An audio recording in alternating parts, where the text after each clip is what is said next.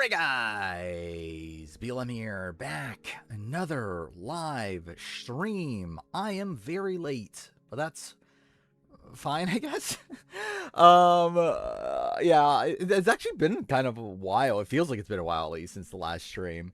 But yeah, Blood Moon finally happened. That was kind of lame. Dude, that was so disappointing. It's like I don't know. It's like it didn't feel like anything. Considering how much hype there was around it, it really did not feel like anything special. It just felt like a typical was it like a split tribal, but just three tribals. um. Edgic dead, kinda. I will say, like, edgically, I feel like the season's like really weird, and kind of same thing with AU as well at this point. I feel like the AU edit is also very strange. I feel like nothing happened. I don't know if I would say nothing happened, but nothing I liked happened. um, Mother down, yeah. Jonathan winning. I mean, I think that's where we're heading in terms of editing. Like when we get to the power ranking, I would not be shocked if Jonathan ends up being number one. Thank you, Australian Fire, for being good. Yeah, Australian Fire's been very good this week. For the last 2 weeks, really. Full for Kobe, I did too. I will say I think that was the best moment of the entire episode for me personally. Like, I thought this episode for the most part was just like whatever. Like, it was just kind of lame. It was cool to see like these people interacting, but for the most part, like, kind of underwhelming, especially considering like how hyped up it was. It's like you would expect the best moment of the episode to be like this big blindside or this like really cool tribal, or like I guess like really cool vote off, whatever. But like it was really like Colby talking about how like him like reflecting on his Survivor career. Like, that was really the best moment of the entire episode to me. Colby wasn't even given a chance to play. Yeah. Which is lame. Just three people getting swap screwed. Yeah. I mean, it's just split tribal. It's just three split tribals. Like, again, I generally just don't even think this was like fun to watch. Like, I think there could have been like a even more fun way to do triple elimination than this. Like, again, like the fact that it ended up in a triple elimination, I'm like, okay, fine. Like, it's not that shocking. But I think there's like better ways to do triple eliminations than just like three tribes. Like, I would have actually been more okay if they went to tribal in their OG groups. Or like their like swap tribes over this. Like, this just feels like entirely unfair. Why am I dropping frames? Yeah, that's fine, whatever. Yeah, Mother even Colby going at the first tribal. Yeah. Chrissy almost did too. Like, yeah, if Chrissy, or really like Chrissy or Tiffany, who were like the two other options, like both of them, that would have been their first tribals also. If we need groups, I would say two groups vote someone out and then combine for third. I thought that's what this was like. Genuinely, like, again, because like the Blood Moon, the actual like twist itself was not spoiled. Like, we knew the results of the twist, but like the actual twist itself was not spoiled. I was actually genuinely thinking that, like, again, this can't just be a normal triple tribal. That's boring. Like, that's not what this, like, all this hype is about, this Blood Moon. Like, I was thinking it was going to be this, like, which would have been very convoluted, but I was thinking it was, like, potentially going to be this, like, the losing tribe goes to tribal, then the second tribal is, like, you have the OG group mixed in with the new group, and then, like, I thought it was going to be this, like, very convoluted twist. But, like, I think this is more, well, I don't know if it's necessarily worse. I actually think it's like obviously more boring. Why is my internet shit right now? But that's, again, whatever. Jenna Colby won. I have Genevieve won on the player ranking, then Colby. The only difference that, like, for me in terms of their games is the fact that we do see Genevieve obviously having like the idols of it all, and she was closer to Kyle and gets more screwed over by that. Like, ultimately, it's like, I think they play very similar games. I think you could argue Colby's like better position with the old schoolers, but I don't know how much of that is because like how well he actually played. And also, like, he's in a spot where like it is between him and Coach. Like with Genevieve, she's just kind of fucked. Like she's just in a spot where like there's not really another reasonable option. Like it's just obviously you vote out Genevieve here. Like with Colby, it's like it's him or Coach. Like he had an out. This broke a lot of people's edge with Colby leaving. Yeah. Rest in peace, Conrad. Is that a thing? I didn't even know that's insane. I did not know that was a thing. Jeremy should have had 2 idols. Yeah. Colby lost his vote. Yeah, but like even if he had his vote, it's like, does that matter that much? Like it just would have been a like at best 3-2 vote. It's like, yeah, I guess it's easier to target Colby because he doesn't have a vote, but like I don't think that's the end all be all of this situation. Yeah, generally I think Coach is the better target. For some of them. For Cirie, I'm not sure. I think for who else was on it? It was Dee and Emily, right? Actually, Colby. I think for Dee, it was maybe better for Colby to stay. Cirie, I think it's like either way. I don't think it's that big of a deal.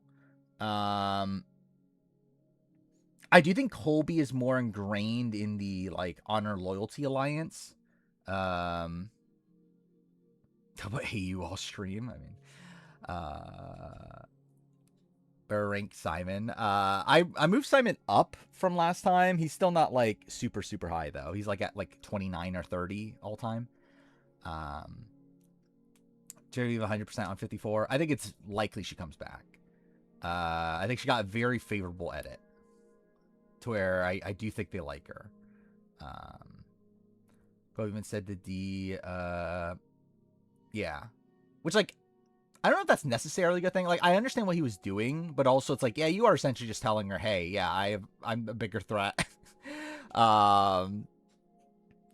Do I think Jeremy wants to come back? I would expect her to be willing to. I don't think she's like dying to, but I would suspect that she's willing to.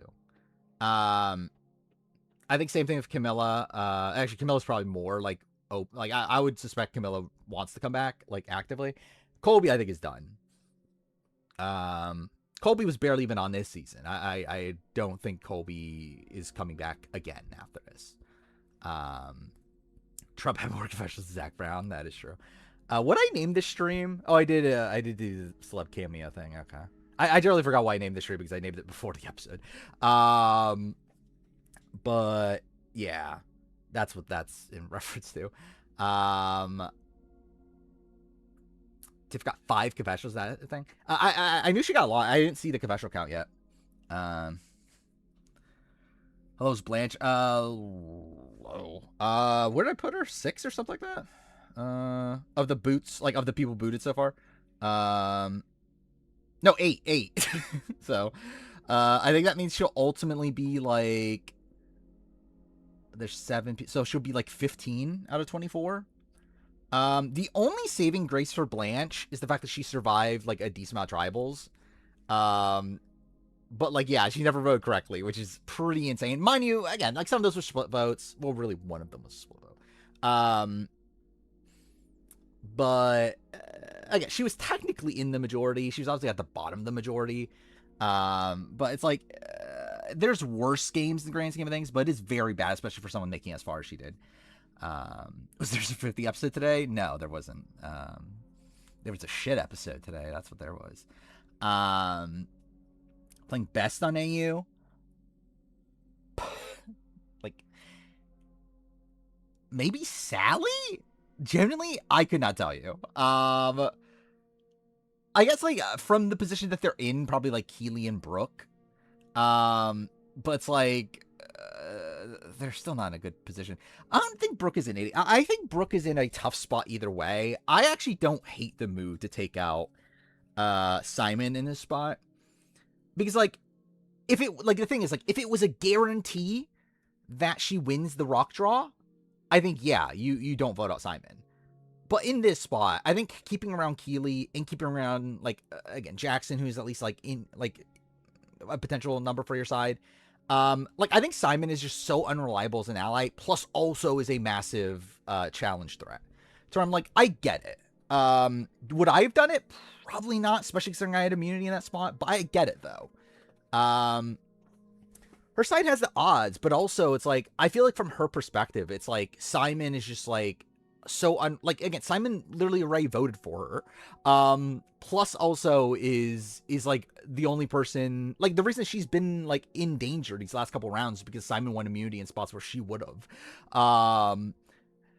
Like yes, it's a lot to like potentially win out from this point on, but also she does think she has like an all women's alliance. It's like I get why she would do this. I would not have done it, but I at least get why she would have done it.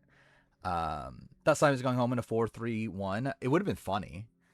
Like not really spoiler talk, but based on the David interview, like when he brought up Simon's name, he was just like laughing. And like that made me think that I thought Simon was gonna go out in like a disastrous way here. But no, I mean it was just yeah. It was actually like one of the better case scenarios for him going out, I feel like. The fact that they almost went to Rocks. The fact that Keely and Jackson were actually willing to go to Rocks is insane to me. Like, I would not. Especially for Jackson. Like, I feel like for Jackson, this is... I forgot about that. Jackson's an idiot and thinks that he doesn't know the rules. But also, this is insane.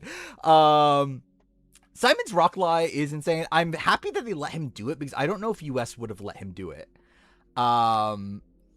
I feel like if this was US, I feel like they would rat him out. So I'm happy Australian Survivor let him do it.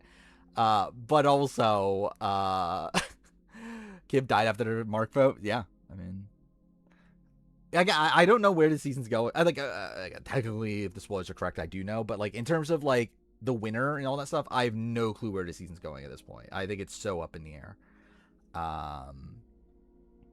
What was the rock lie? Simon lied that he could draw 2 rocks. So essentially, his thing was like he told Jackson that if you go to Rocks for us, I will draw your rock. Which you can't do. Don't you, oh yeah, I already answered that. Do I think Jackson taking out Ben was his move? I mean, I would say it's Simon's move. Outside of Simon, I would say it's his move, I guess. But like, I would say it would have been Simon's move primarily. I think at the point that we're at now, where Simon's gone, like if he's at the end, then I would say I guess it's his move. Christian cheated immunity, had his shoulders on the side of the chimney. I feel like a lot of people did. Like I know his coach did too. I feel like a lot of people had their, like were kind of cheating in the challenge. Yeah, actually, yeah, and that's actually, yeah, what the fuck? I didn't even think about that. I just realized that. Why did Jackson even want to go to Rocks if Simon wasn't going to be able to draw a rock? I didn't even think about, like, I didn't process that until just now. That's even more insane. Like, why did Jackson go through with it? Like, the thing is, like, I was thinking, yeah, I just didn't even think about that. That's so fucking funny. Because like when we got to the vote, I was like, okay, I guess Jackson's gonna stick because like he thinks that Simon's gonna draw a rock for him. I was actually thinking Keely was gonna flip. To where like we saw Keely end up voting for Laws on the Revo. I'm like, oh shit, like. I guess Brooke flips then? Like I didn't even process in my mind that, oh wait, Jackson like legitimately has absolutely no reason to be doing this because Simon's not even drawing a rock. That is insane. I generally don't. That's so dumb. But yeah, okay. Yeah, that's funny. Sarian, Christian, showing B, Beeson, and George. Did Sari do that well? Well, she's like probably like what 3rd or 4th in her group. It's not like she like almost won or anything. It's like who'd she beat in the challenge? Like injured Colby and Emily. Chaos Camilla's literally cast 2.0, flips on runner up. Yeah, I guess not exactly the same because like Cass was like a consensus vote out the merge, where like Camilla was like swap screwed again. But like I guess like in terms of voting out like a runner up at the last vote before the quote unquote merge. Chris's confessional switch up was iconic. Yeah, I was kind of expecting it though, but it was a good moment. I have Camilla below Kyle on the player ranking. She's like 4, I think. Then she's below Genevieve, Colby, Kyle. Judge almost killed Colby. Yeah, that was rough. Seeing his fall. Why is Kyle hiding her? It's really just because like I don't think Camilla. Like I think this is like still a lot blame. Like I put a lot of blame onto Camilla still for this. Like yeah, it's her being swap screwed, but also she did literally just burn Jonathan. She also is in a spot where like why not Tiffany? Like I actually don't. Actually, that's the one that I definitely do. Like I don't even know why are you voting out Camilla over Tiffany. Like to me, Tiffany should be the boot. Like Tiffany's better in challenges. Tiffany's like a more affable presence, someone that isn't as big of a target in the grand scheme of things. It's like for me, it's like I'm definitely targeting Tiffany over Camilla. The way Aubrey had nothing to do with Genevieve's boot. I mean, not nothing. I mean, she was voting her out, but yeah, she wasn't like the main reason. It was possible to create a worse merge twist than Hourglass. I mean, like, it's still better than Hourglass, but I don't think it leads to as fun of TV, but I think it's like more fair, I guess, than Hourglass. I don't know. It's essentially just another swap. Like it's not anything different than just a swap. Am I higher on the whatever? That's Ozzy's advantage. That's why I expected it to be. Like I it was either one person finds it and then saves one other person, or it was two people. There's like two advantages and two people got saved. I felt like it was kind of obvious that's what it was going to be. More screwed Colby or Mother Beef. Based on the fact that Mother Beef would have 2 idols in normal season, probably Mother Beef.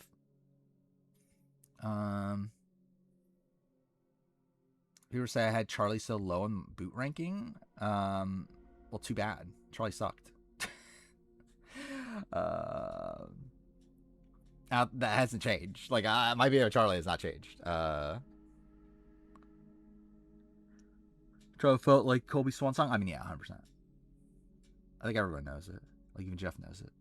The person putting fact out of the OG VOD to Steph is the only one to cast the vote this season. Wow, dude. That's insane. Dude, yeah. Wow. Okay, wait. Well, no, Aubrey, right? Yeah, Aubrey cast a vote. Or are you saying before this episode? Either way. Like, oh yeah, and Rizzo did. Actually, yeah, that's not. Yeah, so that's not right. Oh, we're talking about the majority of OG Wabatu. Okay. Yeah, that original alliance. Okay, I get what you mean. I mean, also there was Angelina before that, also. So yeah, okay. But yeah, I get what you mean now. Is Colby improving on overall player ranking? No. I think my opinion of him's still the same. Which, like, I think is a higher opinion than most people have of him. So it's like, I don't know. It's like, for me, this is just more of like kind of what I expected from Colby. Genevieve Dark Blue, maybe. Genevieve might go up. We're not gonna do the player ranking tonight. We'll probably do that on Sunday. But yeah, we'll do the power ranking now.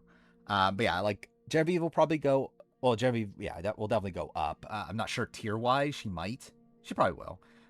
Colby, I already had in Dark Blue. I think Colby's probably the same. And then Camilla, she might. She probably does go up. Yeah. Like overall, it's like it's impressive that she even made it as far as she did. So, yeah, I guess. Some Canadians got interrupted, others didn't. I'm surprised Canadians got interrupted at all. Like, what are they like? Why? Like, did you end up watching the Trump speech? Like, why would they even force you to watch the Trump speech? Camilla be or could D be a top 10 player? Like a chance, but I don't think it's super likely. I think she would have to play like I think she would have the fix the flaws of her last game, which I don't know if we're gonna be seeing that, but we'll see. Like obviously if she wins, then yeah, she'll obviously be top 10. But I think based on what we've seen of her so far, I don't think my opinions changed that much on D in the grand scheme of things. It's just that we're getting more of the yeah. Which also, yeah, I guess like to talk about the spoiler of it all. The entire so we knew that the boots this episode, especially because like the post-jury pre-jury was spoiled by CBS being idiots and flying everyone back separately. The post-jurors and pre-jurors.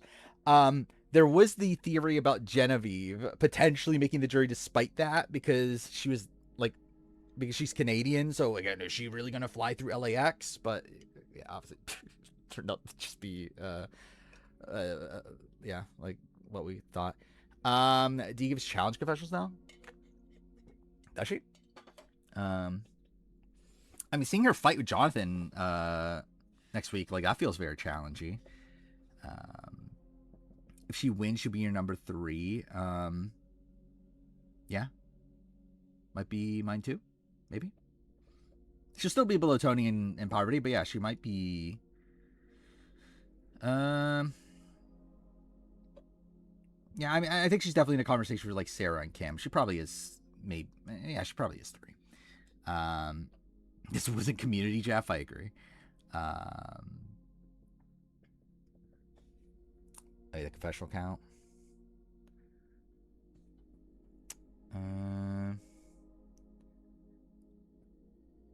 So, oh, wait, this is just the total. So Ozzy still has the most now.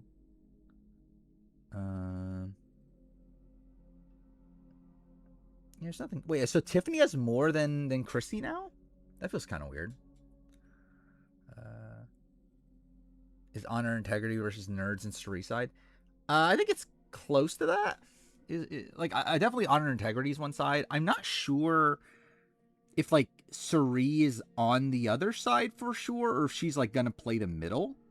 Especially considering like Ozzy is seemingly kind of in the middle. Rizzo, I don't know what the fuck Rizzo's doing. But like I feel like that's definitely a trio that's meant to be important. So it's like I feel like they're likely to play the middle, and then it's like the Honor Integrity side, and you have like the like D, Tiffany, Christian, yeah, like that kind of people. There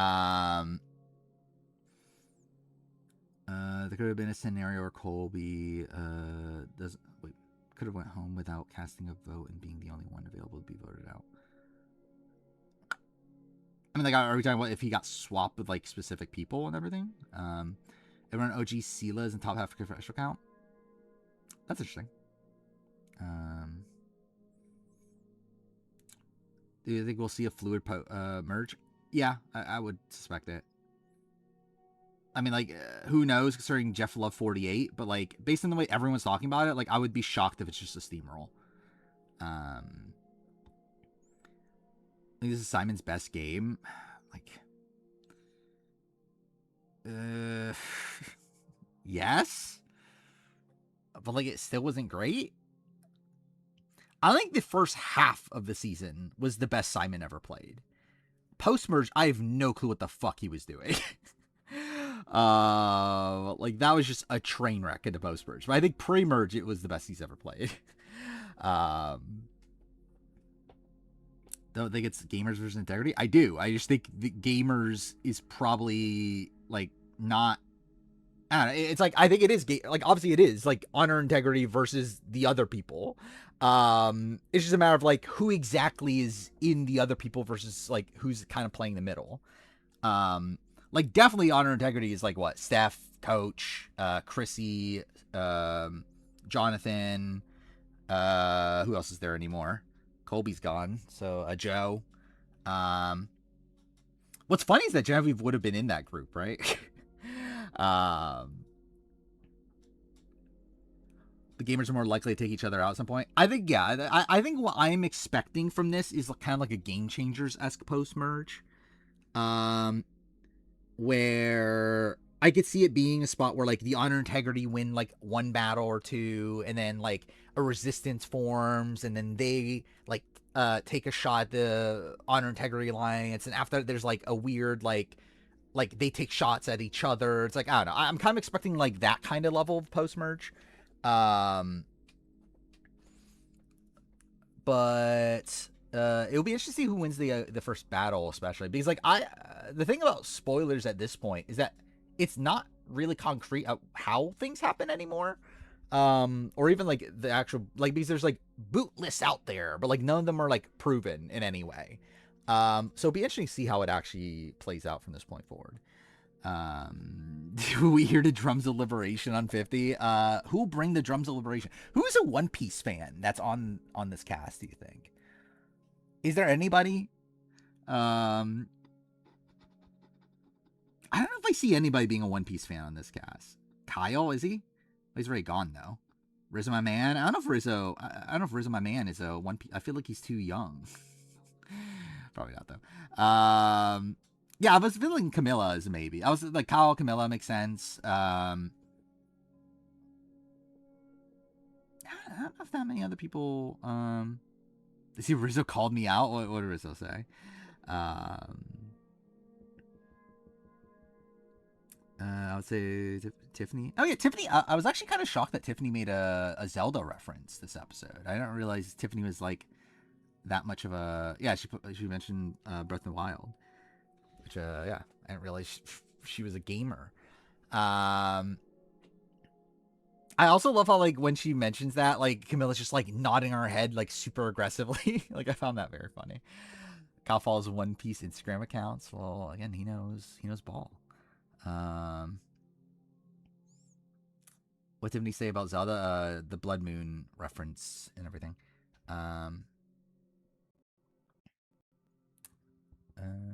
Genevieve robbed. I'm sick. I mean, it's definitely not great. Waiting for this thing to open. Oh, okay. Actually, I did see this. Which, like, I mean, I'm not egotistical enough to think that he's, like, directly talking about me. But also, it did feel very pointed. 49. Yeah, I have no regrets. I think I played, honestly, like, the best game I could have on 49. I know some people are like, Rizzo's so stupid. He thinks he would have won if he beat Savannah and Fire. Like, I think what people don't fucking understand is what I did for Savannah when I went into that jury, Savannah would have done for me. So, which also, you think you had that much influence on the jury? like generally I watch this video, I'm like, this is proving my point, I feel like. Like, this is literally proving my point. The fact that you think you influenced the entire fucking jury to vote for Savannah? Like, I mean, I'm not going to sit here and say I would have won 1,000,000,000%, but I'm a fucking yapper. I know how to speak, so I feel fairly confident I would have won. Yeah. I did find that funny. Me bullying a 25-year-old, so sad to watch. I'm not even saying it to his, like, I'm not even like I've never talked to Rizzo. So I've never said anything to him, technically. Yeah, what was this? Yeah, he was there for a day, also, yeah. Was this? Cassie steals both of them bother. It's Michaela and Carla. Is that a thing? Is Ben number 1 on the player ranking? I think he was. I'm pretty sure he was.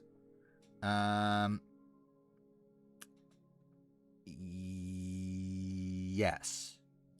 I've Ben 1, Richard 2, Simon 3, Mark 4. Then like Faith, Lottie, Asha, Blanche, Harry, Paula. Whoever else at that point, Tez. Rooting for Rizzo on 50. Me too. I'm definitely rooting for Rizzo. My man. What's your edit? Was this? Genevieve jacket ruined. I did find that funny. Genevieve giving her jacket to Aubrey on her way out. This a fucking New York thing? That's not why I was expecting. Is a New York fan cam. Actually, I'm not even gonna. Yeah, I don't think there's a point because like I can't even play the music anyway. I'll get blocked. 54 is actually seeming like a returning season. I mean, I was already expecting it to be a returning season. I guess I might as well show a screen at this point, right? Kind of insane how this is like the third time this season we see someone approach Suri about a vote and the scene ends in her favor. Yeah.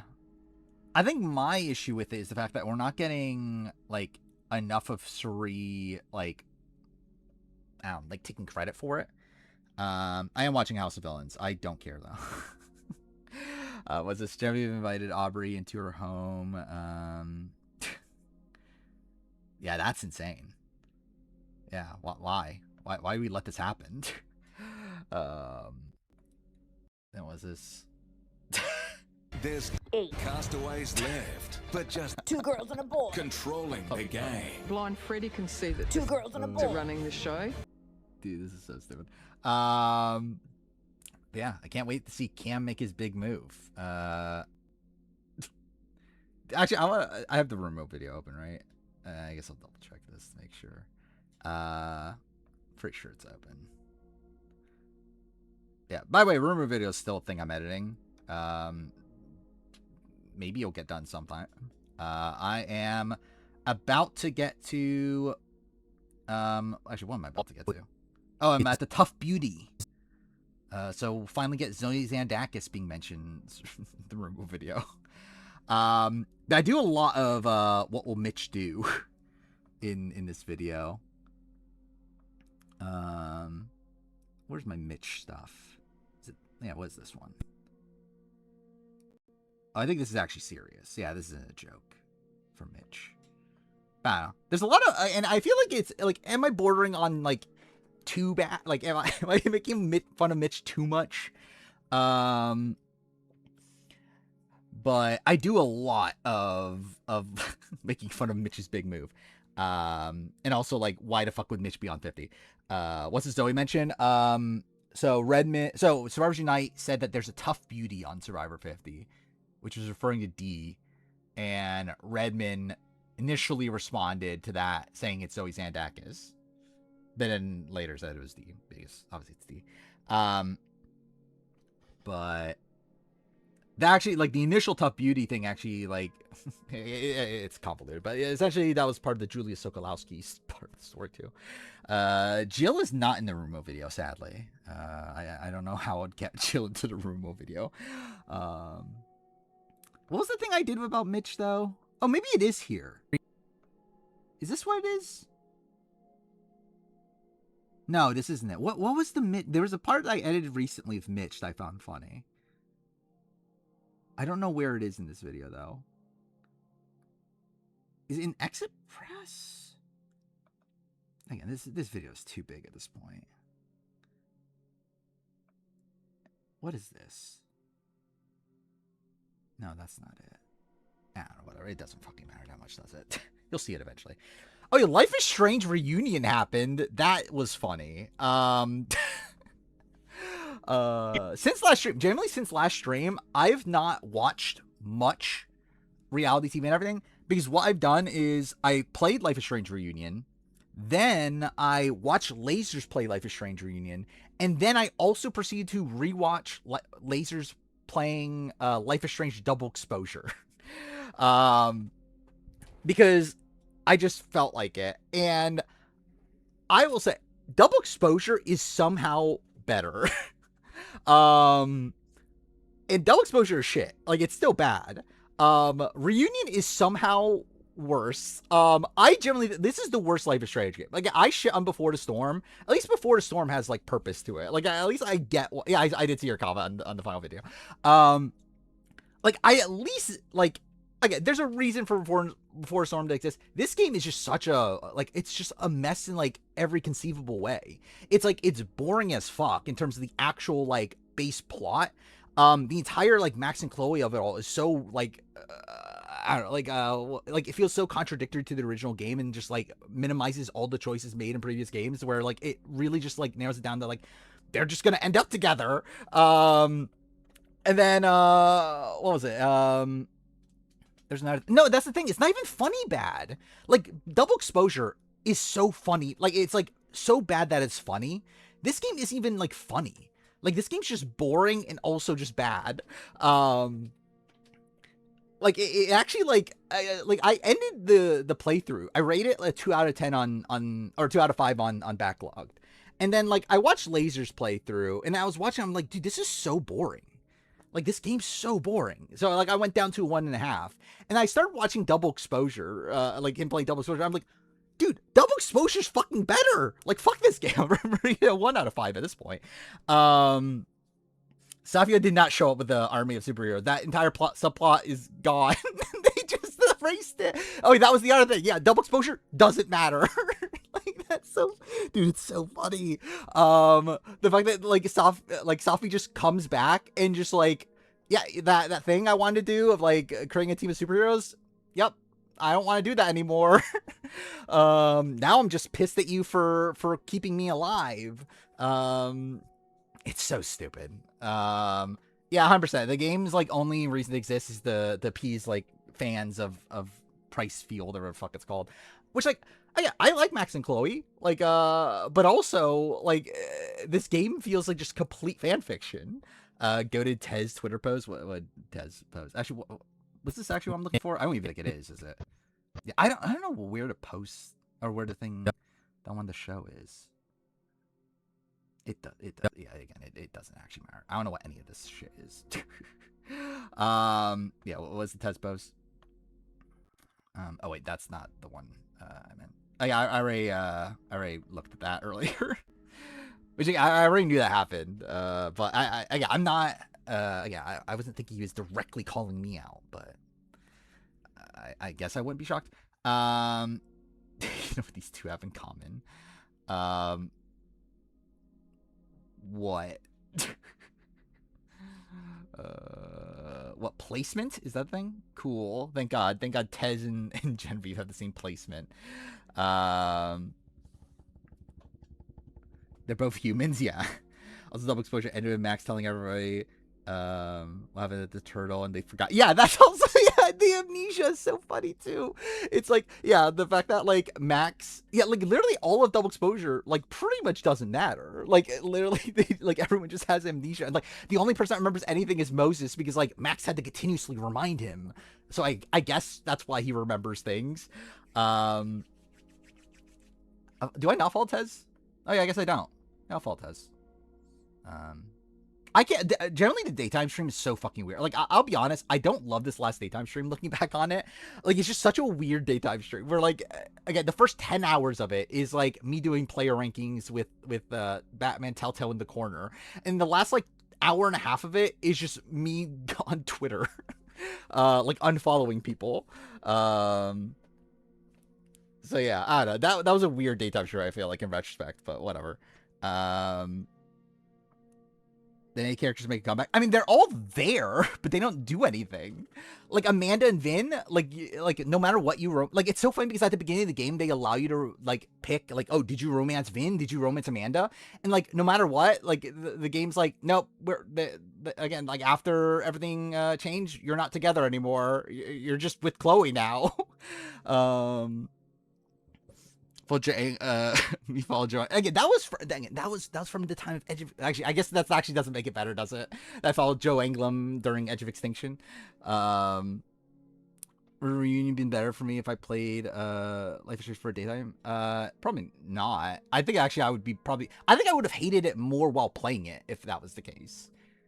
Because, like, looking back on, like, Double Exposure, it's so funny how many, like, plot threads are set up in that game that just don't do, like, they don't lead to anything because they clearly just, like, were like, hey, yeah, this is probably the last Life is Strange game, and we're trying to get people to buy this no matter what, so, like, hey, let's just, like, force Chloe into this game, and just make the entire game about Chloe. Chloe's the first person to make Merge, from Yin Yang post-series villains. Is that the case? I guess how many of them have even come back? Like what, Russell, Parvati, Sam. Actually, I guess a lot of them. Yeah, it's kind of insane. How I feel about the episode eliminations? I thought it was bad. I should say bad. The episode was like okay, but like the twist is bad, And also, it's like not considering all the hype for it, it was obviously bad. Lev is literally the same size or slightly bigger than Abby. Yeah, it's weird, but I don't know if that's like a major issue. Could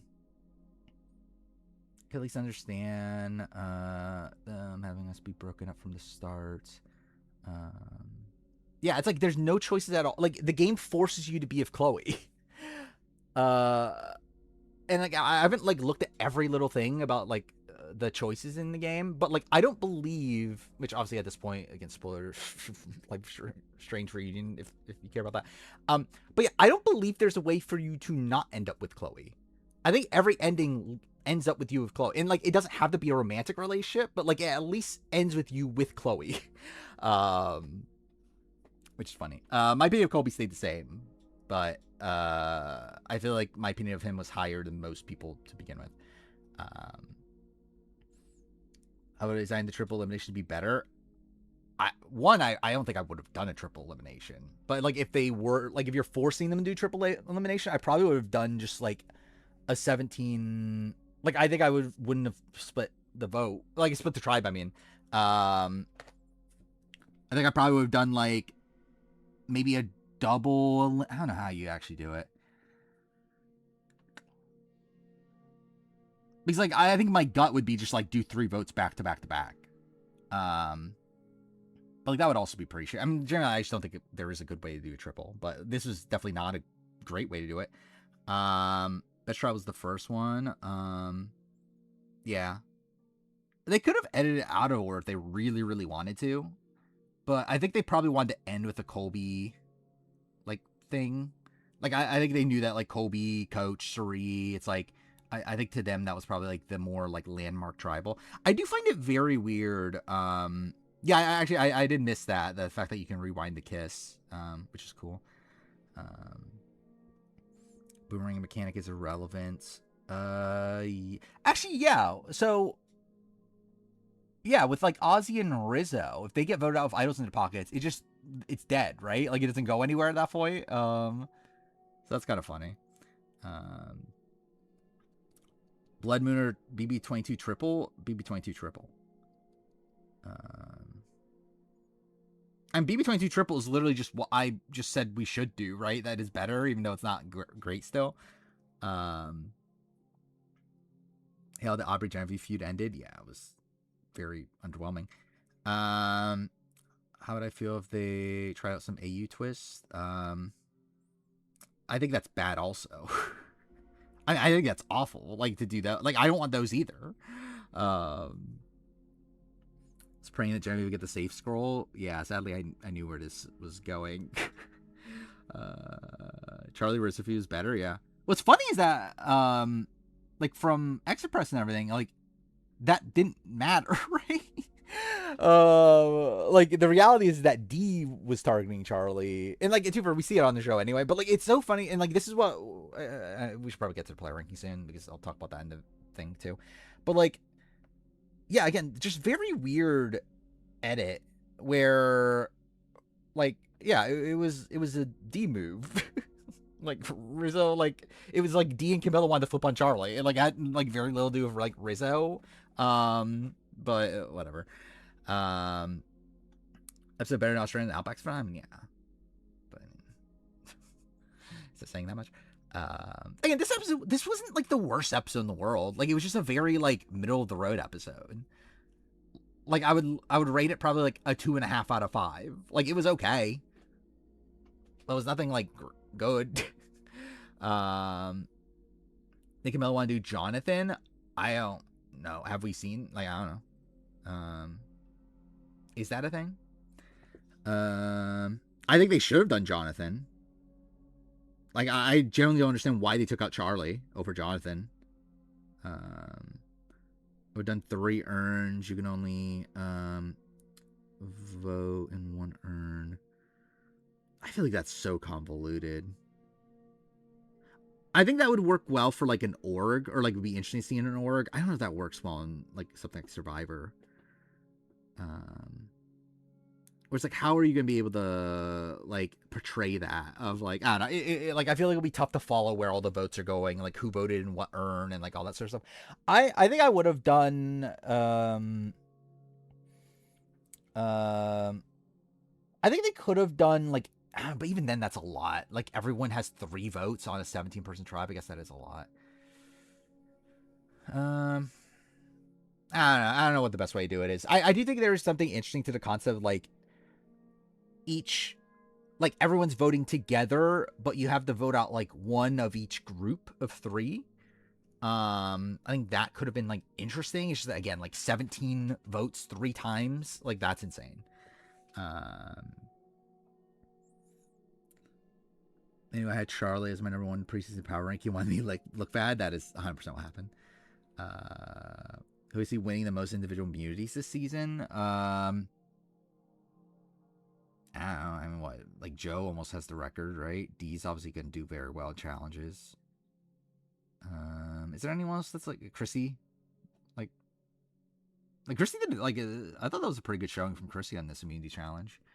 Because I don't feel like Chrissy like is that good at endurance challenges typically, right? Like she won a lot of immunities, but like almost all those were like obstacle course, like with a puzzle at the end, or like balance related things.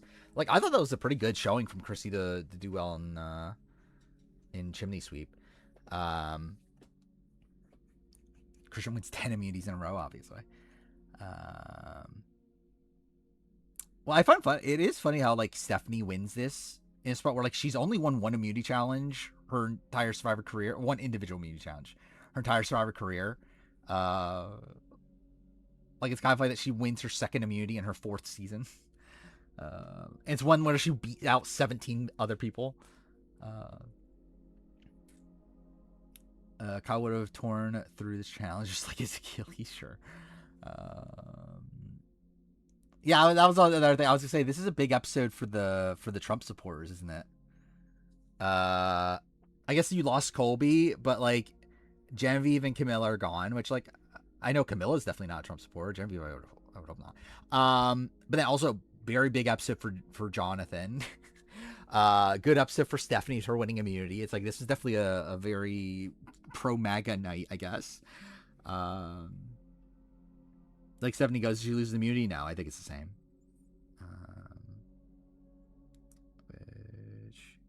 Yeah, it's insane that Conrad passed away. I'm actually surprised he was 35, but my Charlie Kirk Stan account fans love this episode, I'm sure. Colby's in the Trump support, he's a Republican. I mean, I think if you're still, I don't know, it's like, I feel like Colby's definitely a Trump supporter. Like, I don't know if he is a current Trump supporter, but I think he definitely voted for Trump. To, I guess, like, to better clarify. Like, he was following Trump until he was in the Survivor 50 casting process. Cool stat I saw is that Ozzy made merge all 5 times he's played. Yeah. Which makes sense. The Ozzy would do that. Stars updates now Jonathan's updates, is that a thing? Aubrey, I mean, she will be number 1. Are there any casting picks I disagree with preseason that I'm happy with now? I think I'm pretty, like, I think Ozzy's been better on the show than I was expecting, but also I didn't need Ozzy here. Like, I don't know if anybody here has, like, changed my overall opinion of, like, if I would have put him on 50. I think there are people that, like Joe had a good, like, episode 2 entertainment-wise. Ozzy's been, like, fine on the show. It's, like, there's been people that I think are, like, fine, like, in a spot where, like, I didn't want them on the season, but, like, it doesn't really change too much in the grand scheme of things for me that, like, I would have cast other people. It is April 1st. That is what it is. Didn't need Colby. I'm glad he was there. Yeah. I mean, for Colby, I was higher on coming into it. Like, by the time we got the cast leak and everything, but yeah. I'm really happy Colby was there. Yeah, I mean, Mike White is one that I'm like, I definitely could have still done without Mike White. Wow. On Colby, I just wish Jerry was there also. Yeah, that would have been cool. Especially for like this being his final hurrah for Colby. I think for it to also be this like final hurrah with Jerry would have been cool. All right, I think we should probably start the player ranking. So I've been rambling on for a while. Yeah, I mean, I guess considering this is going, actually, I guess it doesn't matter, does it? Because I just realized the mid-season power ranking is gonna come out first either way. So yeah, what I'm doing with this is that I am gonna do mid-season. So this will actually be the list I make the mid-season power ranking with. The list that we're making right now. I will actually make the mid-season power ranking tomorrow, and then it'll be out on Saturday. This like VOD, I think I'm still gonna upload. It just won't be until after mid-season power ranking is out. To not spoil the power ranking for whatever reason. For the people that do care there. Now that any changes, I guess that's actually, yeah, I guess like maybe there'll be a change here and there. We'll see. Mike Wild Traders, not possible. For a redemption, I think still Caleb, but I don't know. It's a fucking mess. I think with Jackson, I think the issue for me with Jackson, I think the issue is that like this was his like mark moment, and like it was even shown as like that favorable for him. Like I feel like while Jackson is on the show more now than Caleb, I don't feel like the content he got was that great, considering it's like this is like this like big move for him. Thoughts this for coming out as polyamorous. I mean, good for her. I mean, again, she again, she does like both Rizzo and Ozzy. That is what we did learn. I had not watched the Moon thing. I don't give a shit. All right. Actually starting the power ranking this time. Aubrey, 1. Best edit so far. I think this was a weird episode for Aubrey. For the most part, I think bad for a merge episode. I don't think Aubrey got that much of depth here. And all things considered, it's like considering this was this big culmination of her feud with Genevieve, I don't think we got that much of it focused in the edit. Like if anything, we got more like Genevieve Christian content than we got like Aubrey Genevieve content. Like I feel like if this was really like Aubrey's winning story, like we would have gotten more of Aubrey like really gloating in taking out Genevieve.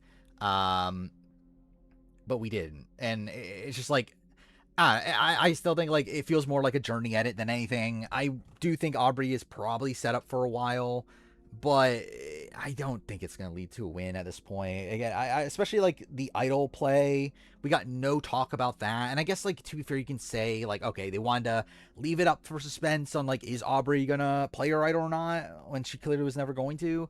But like, I feel like that's also a thing you could have hyped up with her. I don't, again, I just don't see it. And like, it feels like at this point, it's like, I don't know where her story is going. And I guess to be fair, most of the people she started her story with are gone at this point. It's like, who's even left from her OG tribe, which is what, Rizzo and Steph. But even then, it's like, I don't feel like her relation with Rick and Christian was really developed much. That was also an insane thing. Yeah, Devin's calling her mountain goat. Like I don't feel like there was that much here for Aubrey, which considering this was meant to be like a big episode for her, I don't feel like that's good, obviously. Chrissy, like okay episode for Chrissy, like I guess edgically I would say probably above Aubrey at this point, but like also like not enough. I mean, yeah, she went out in the vote. Yeah, she had a great confessional with the with her talking about how like her conversation with like Camilla and Tiffany and how that like flipped around and everything. It's like I think she got like good-ish content, but it's not enough. I don't think there's that much depth there. Like we got to see very little of her relationship with Jonathan. Don't really even get to see why like Steph is on her side. It really felt like she got like the bare minimum. Like we actually got like more of Tiffany in this episode than Chrissy. Which like if Chrissy were to go on the win, you would think this would be a big episode for Chrissy, a spot where like she's one vote away from going home. They are from the same cloth. That is true. Which I was like, if I didn't know better, like I feel like that seems very problematic, right? That like Chrissy's voting with the two other white people to take out the like one of the two POC. The two POC are on the outs. Where like I don't know. I felt like that was a weird comment. Either way, yeah, Chrissy's won. I think it's better than Aubrey, but it's not great. Was it Christian? Yeah, Christian's won, obviously. I think the comment of like we're from the same cloth is a very weird description of that. Like yeah, I get it. Like I get why Chrissy's going after like Tiffany and Camilla. It makes sense game wise. I think her like the way she's describing it is a bit weird. Yeah, like I'm not saying it's actually problematic. I'm saying like out of context, it does not sound good. You're right, Christian. Yeah, Christian's won. I mean, that's not really much of a debate. Has Chrissy lost her mind? I mean, maybe. But then wouldn't Survivor Spencer be like the opposite of that? Wouldn't Survivor Spencer be pro Chrissy in this spot? Thank God this is ending up in the in the VOD, but whatever. Yeah, I think Christian's won. I don't think Christian's winning, but I think of the people so far, he's clearly has the best edit. I think the problem for Christian is just that, again, he continues to be, like, all over the edit, just the centerpiece of, like, everything. And I guess, like, again, he is that. Again, like, nothing's really changed for Christian. Like, nothing's changing here. It's the exact same thing of, like, yes, if they wanted to make 50 the most likable, popular winner ever, Christian is getting the edit that would result in. Do I actually think that's what Christian's getting? No, I don't. But he at least can win. He's all over the edit. He's there. I did feel like, interestingly, I think in game, I think Christian's in a rough spot. I think the fact that we saw Genevieve telling Christian, like, to his face that, like, yeah, there were talks about, like, taking you out with you, Rick, and Emily. It's like, I think in game, I suspect Christian's in a rough spot. From a edit perspective, though, it's like, the strengths are there, but it feels like more like, I think the opinion's still the same. It's like, I feel like mid-merge boot feels about right for Christian based on the edit. I think he's kind of like the Shan-esque character of the season. Yeah, I said Rick and Aubrey were sinking ship. Yeah. I think Christian will go before Christian. Or wait, what? I think Devins will go before Christian. Yeah. Maybe. I think edit-wise, I would actually feel better about Devins than Christian at this point to win. But in-game, I could definitely see it. Cirie. I'm not really sure what to do for Cirie. Okay episode? But again, just a spot where, like, could have been better.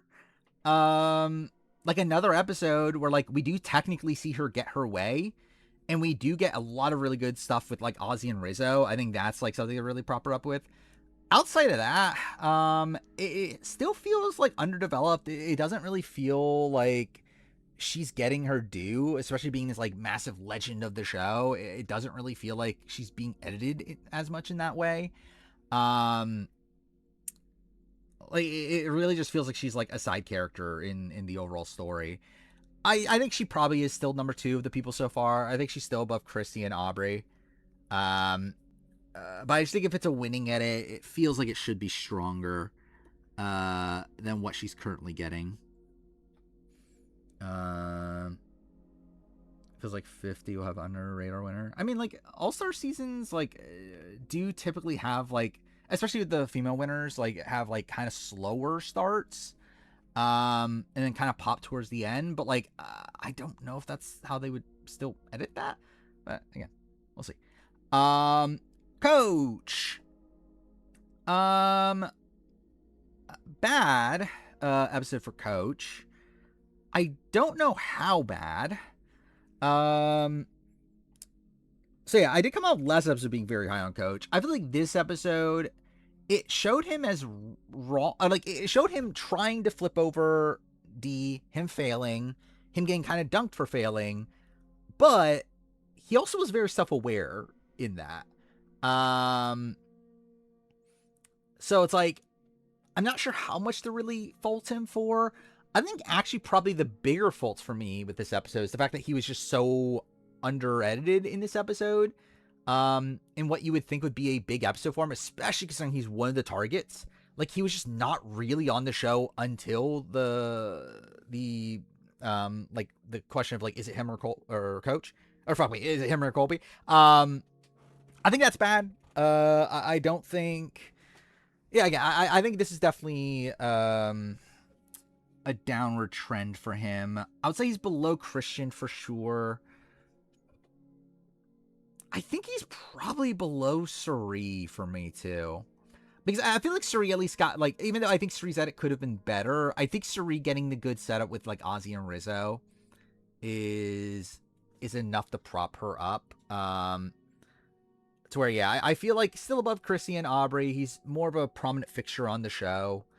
And, like, there at least is, like, minor bits of setup to a potential win, but I don't feel like it was a great episode for him. D. I get that they're talking about her at Tribal as being a Suri. I think the problem, like, I'm more so talking about, like, the edit, like, on the island. Like, we're not getting much talk about, like, Suri talking about her previous experiences, like, how, like, she's the best to never win. Like, I feel like this is, like, her time for redemption. It's like, I don't, there's, like, not much there. There's not much depth for Suri in the grand scheme of things, based on the content we're getting for her. Yeah, D. I think pretty good episode, but also a necessary one. Like, D was in the center of her new group, of the swap group. She did win immunity. It didn't really feel like the content she got was... it felt like kind of circumstantial, but it was good content. And again, she was one of the first few people to talk after the merge. She's still getting to talk about how she's going to, like, turn up her game. I don't love the fact that, like, we got a lot of focus on, like, her and Jonathan, and then in the next time on, we're seeing them fight. I feel like that's not great, but that's not really, like, edgic for this episode, right? I think coming out of this episode, yeah, I think she is above Sri. I think she actually has to edit that I would not, like, I don't know if they would edit the winner of 50 this way, but it's not that far apart from, like, a Sarah Lacina, like, style of edit. I think Sarah Lacina probably had, like, again, a tad more depth early on this season, but, like, it still doesn't feel that far apart from, like, the Sarah Lacina, like, Sandra, like, level. Like, Sandra literally had, like, no confessionals for, like, what, 5 or 6 episodes in the pre-merge. D had a weak premiere compared to Suri? I disagree. Like, D's premiere, I think, is, like, I mean, was Suri's premiere that good? Like, Suri's premiere, I think, was fairly lacking. D at least got, like, a very clear, like, winner confessional in the premiere. Like, I think D has been, like, a consistent presence on the season. Okay, that's great. There we go. I think she's definitely at least number 2. I'm actually debating Christian, just because I feel like Christian feels more set up for a fall than D, but I probably will still land with Christian above D. Emily. Kind of a, like, middle of the road episode for Emily. I haven't seen or actually I did technically see the professional comp, but I don't remember anymore. Was Emily in this episode that much? I'm generally trying to remember. I know that, like, we saw her conversation with Ozzy, Um, but yeah, it feels like a fairly weak episode for like Emily in terms of like the amount of content she got here. I don't think, yeah, she's definitely towards the bottom. I would say below Coach. I would debate Chrissy at this point. She got 2 confessionals, did she really? Like I have no memory of what those confessionals are. She didn't even speak the tribal. Yeah, it's like I feel like we got nothing like on the D Emily relationship. Like I think someone mentioned it, but like no actual like content from Emily talking about how like, oh, I'm with D, like we played together, like nothing setting up that dynamic at all. Yeah, it's like I think she's gotten a fairly big edit, like all things considered up to this point, but I do just like it's been like mixed content. I do think that again she has good setup with like Christian and Ozzy. It's like there are relationships there, but I would not expect her to be the winner out of that. Did Dee explain it? I don't know. Like I know someone mentioned it, but I don't feel like it really got like expanded on. Even then, like Emily didn't get to talk about it at all. Like it's still not good, even if Dee did talk about it. One was about Ozzy, one was about Coach. Christian edit was also all about reconnecting with Rick. Nothing about Emily. Yeah. Yeah, she just like mentioned that she has a good relationship with Emily. But, like nothing about like their friendship outside the show, nothing about like how like 45 played out, like nothing about that. I think I'll put her I don't know actually. I actually think there's an argument for Emily being last. Okay, I think I'm gonna put her above Aubrey. I think I will put Chrissy above her. I don't think Chrissy's winning, but I feel like this episode at least portrayed her positively. I feel like we got like really nothing from Emily.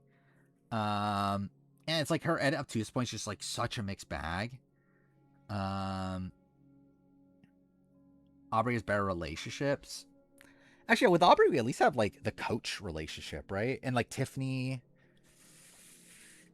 Yeah, actually, too sure that's kind of fair. Do I really want to have Emily last though? I mean, obviously she's not gonna be last in the grand scheme of things. We'll get to it, but like, yeah. No, I think I'm gonna put Aubrey below still. I think the overall. Actually, I'm actually generally debating it. Again, I think she's in this group. She's with like Aubrey and Chrissy. I think like the sprinkles of good content that Aubrey and Chrissy have is better. But I think Emily's like a more consistent presence. But also she has been going to tribal like constantly. So she kind of has to be. I think I'm gonna put her last. I think I'm okay with putting her last. Yeah, I think I'm gonna settle on her last. I just don't think there's much depth from Emily in the grand scheme of things. Joe, that's my daddy. Okay, I'm trying to think of this episode for Joe. He didn't get that much, right? We did see his relationship with Genevieve, who's gone. He still seems to be in the Honor Integrity Alliance. Not really much expanded on that. Not that much from Joe, considering he was like the other option. We actually got more of Rick than Joe, which I think is pretty bad. Obviously had a horrible episode 2.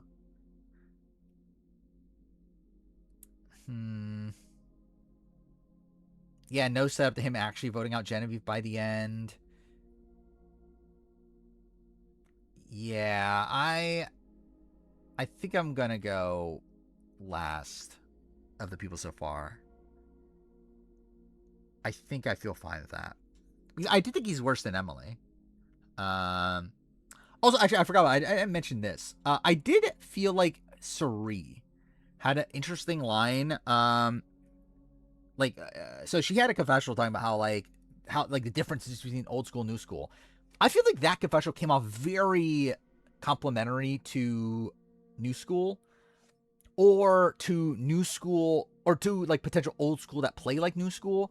I feel like that's something that's definitely in my mind, to where like I feel like that was a confessional that did not feel like set up to a honor integrity style of win.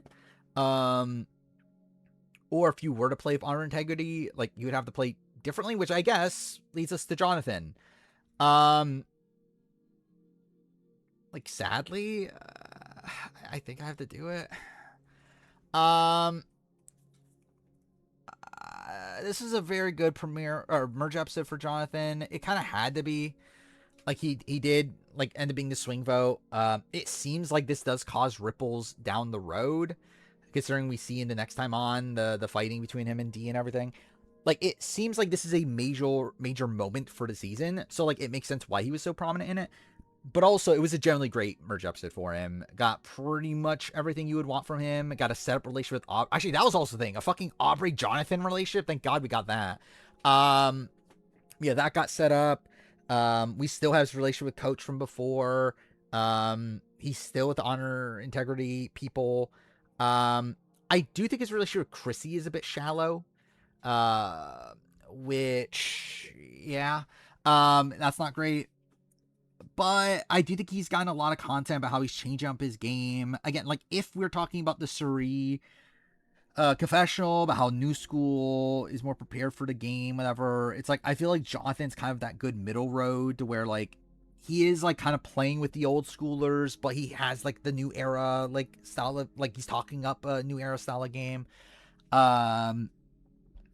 I think the downsides for Jonathan is like this stretch, that like post merge or post swap stretch, where like it was definitely fairly lacking there. Where like that episode where like all he got was like talking about how Suri's a threat, and then he was barely in the last couple episodes. But he had a very good start, and I do think this merge episode was pretty much as good as it could have been. And yeah, I think that's the thing. Like, Kahlo, I think is like, you could say that Kahlo, like, some of Kahlo's not going to win because it's the underdeveloped tribe. But it's like, when that entire tribe's content was based around Coach and Jonathan, I feel like you can give a pass to Coach and Jonathan for that. Because, like, there's a tribe that's not going to tribal, and, like, seemingly not much from that tribe is that relevant in the long term. So, like, when, like, all of their content is around Jonathan and Coach, I think I can give them a pass. For that, but anyway. Ozzy. Pretty good episode for Ozzy. Like definitely a net positive. He now has a relationship with Rizzo. We got the reestablishment of his relationship with Suri. I actually also we got his relationship with Emily and Christian. I think it really, like, a pretty solid episode for Ozzy. Another one that is fairly circumstantial. It is one where he found the advantage, and like he was always going to get focused on because of that. Also, you had to explain his relationship with Rizzo to like lead into the exile, to where like it's very circumstantial, but I do think it was a good episode. Like my gut is to definitely move him up. I would say above Coach. I think considering Coach's edit feels like back on like kind of a downward trend. I feel like Ozzy is probably, like, I still feel like the Ozzy Coach dynamic from earlier is when we're meant to be rooting for Ozzy over Coach. Suri is kind of interesting. I think it is weird just how, I think, and this is like more of a complaint of like Suri's edit. I do feel like Suri, like again, like it feels like this Ozzy Suri relationship is so integral to the season. We're seeing so much of it from Ozzy's perspective. It feels like we're not seeing not nearly as much from Suri's perspective. Also, even the Suri Rizzo dynamic, we saw almost entirely from Rizzo's perspective. I feel like that's a big issue. To where like while Suri, I think on paper, is getting like a lot of good like relationship set up, it's like it feels like it's coming from the other side of those relationships. not coming from her. I think I'm gonna put her above. I think I'm gonna put her above Suri. Or put him. I'm gonna put Ozzy above Suri. I think is what my gut's leading. Like Ozzy, like it feels weird because like his content is so circumstantial. Like he obviously had like a really big premiere, but like he had like a lot of stuff going on there. He has been going to tribal constantly. But it's like I feel like he has been shielded at points. I do think his content now with Rizzo is pretty good. He has a relationship with Suri. He has the like setup of working with the Honor Integrity Alliance. It does feel like he's like set up to potentially win the battle with like Coach and with Christian. So, again, I think I'm gonna have Ozzy above. Yeah, our poly confessional, but like, is that much? It's like it's really saying, hey, I'm close to now Ozzy and Rizzo. Not really like I don't know. There's not much depth there. Like it's like we see Suri doing like essentially guiding Ozzy and Rizzo to be working together. We got like no actual like confessionals about how she's doing that. Instead we're just getting like Ozzy talking about how, hey, Suri wants me to work with Rizzo, so I'm gonna work with Rizzo. Like again, I just feel like Suri's content just feels like so shallow. Like considering like, and again, it feels like a spot where like it just could be so much better than what we're getting. And if Suri were to win, it's like you would think they would want to give her like as good of an edit as possible. That this is like finally the time that Suri wins. Yeah. But again, why would they give Suri under the radar winner edit? Like that would be bizarre. Like Suri Fields is the person you're giving an under the radar winner edit to. Like if Suri were to win, you would think they would give her like the edit, obviously not exactly the same, but like you think they would give her like a Tony style edit, right? Which like again, Tony obviously was quieter early on, but still there were like so many seeds to a potential win. I don't like, has Suri even gotten like a single time, like she hasn't talked about winning a single time on this season. She hasn't even like really laid out her overall strategy on this season outside of just working with Ozzy. Vera likes Survivor to under edit the best female non-winner. I feel like I don't know. It's like kind of, but not if they were to win. Suri isn't Sandra. Suri has the most confessionals on panel. Yeah, it's like that's also a thing. It's like Suri like has gotten like bigger edits in the past. Well, yeah, she was pretty much the main character of Panama, and like one of Micronesia, and had the most confessionals of Micronesia. Anyway, I just think it's a very like shallow edit for what you would expect if she were to go on to win. Rick Devens. Let's see. I think this was it's kind of a mixed bag of an edit.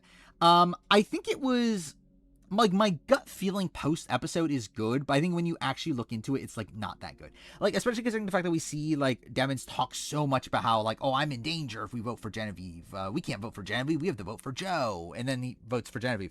I think that's great. Yeah, they're talking about like I don't want Joe on the jury, and then like Joe was on the jury.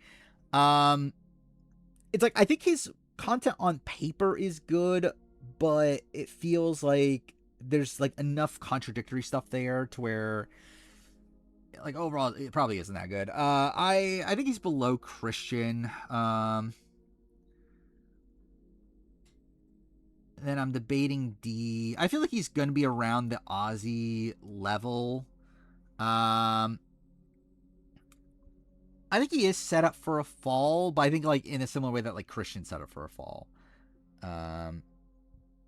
Like I think his edit is more in line with like a typical winner, in terms of like the amount of content he's getting.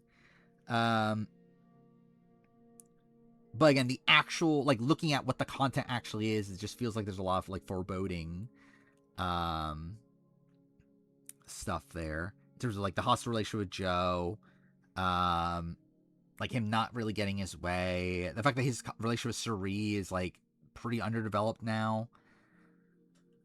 Charizard winner pick for the yes, which didn't go well. Yeah, I feel like we got the fact that we got the reestablishment of the idol at Tribal. I feel like that has to come up at some point, because if not, then I think they just wouldn't mention it again. Because like I think initially when it was shown, I was like, okay, I think they kind of want to show this because it's a fun character moment, especially like considering Christian trips and all that stuff. I think the fact that they showed it again now means it's going to mean something. I think it will play a factor eventually. But generally, the fact that it will play a factor is not really a good thing, right? Like I feel like the fact that it will play a factor means that he's on the bottom, right? But yeah, I might go below Ozzy.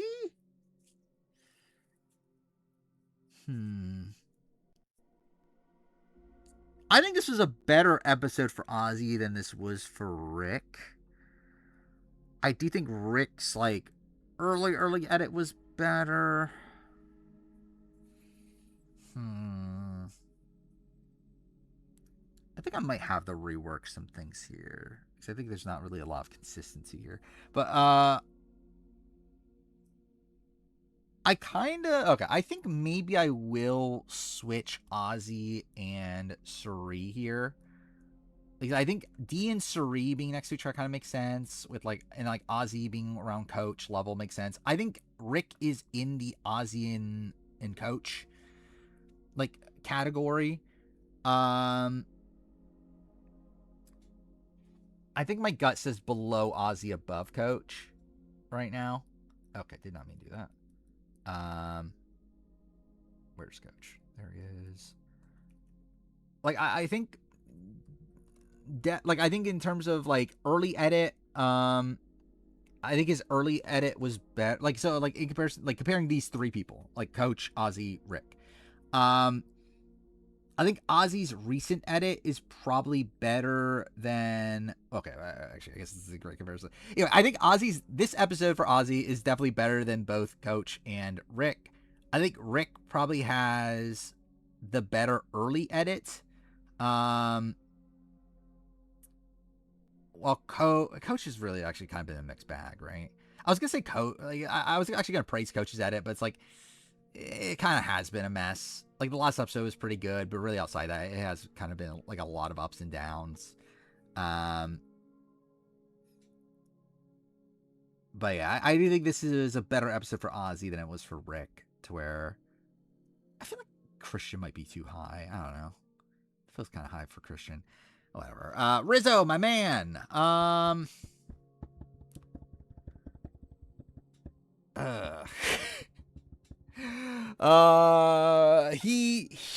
This was a goodish episode. Like, it was a good episode. Like, generally, it was a good episode for Rizzo. Like, I'm generally trying to get through. Was there anything bad for Rizzo in this episode?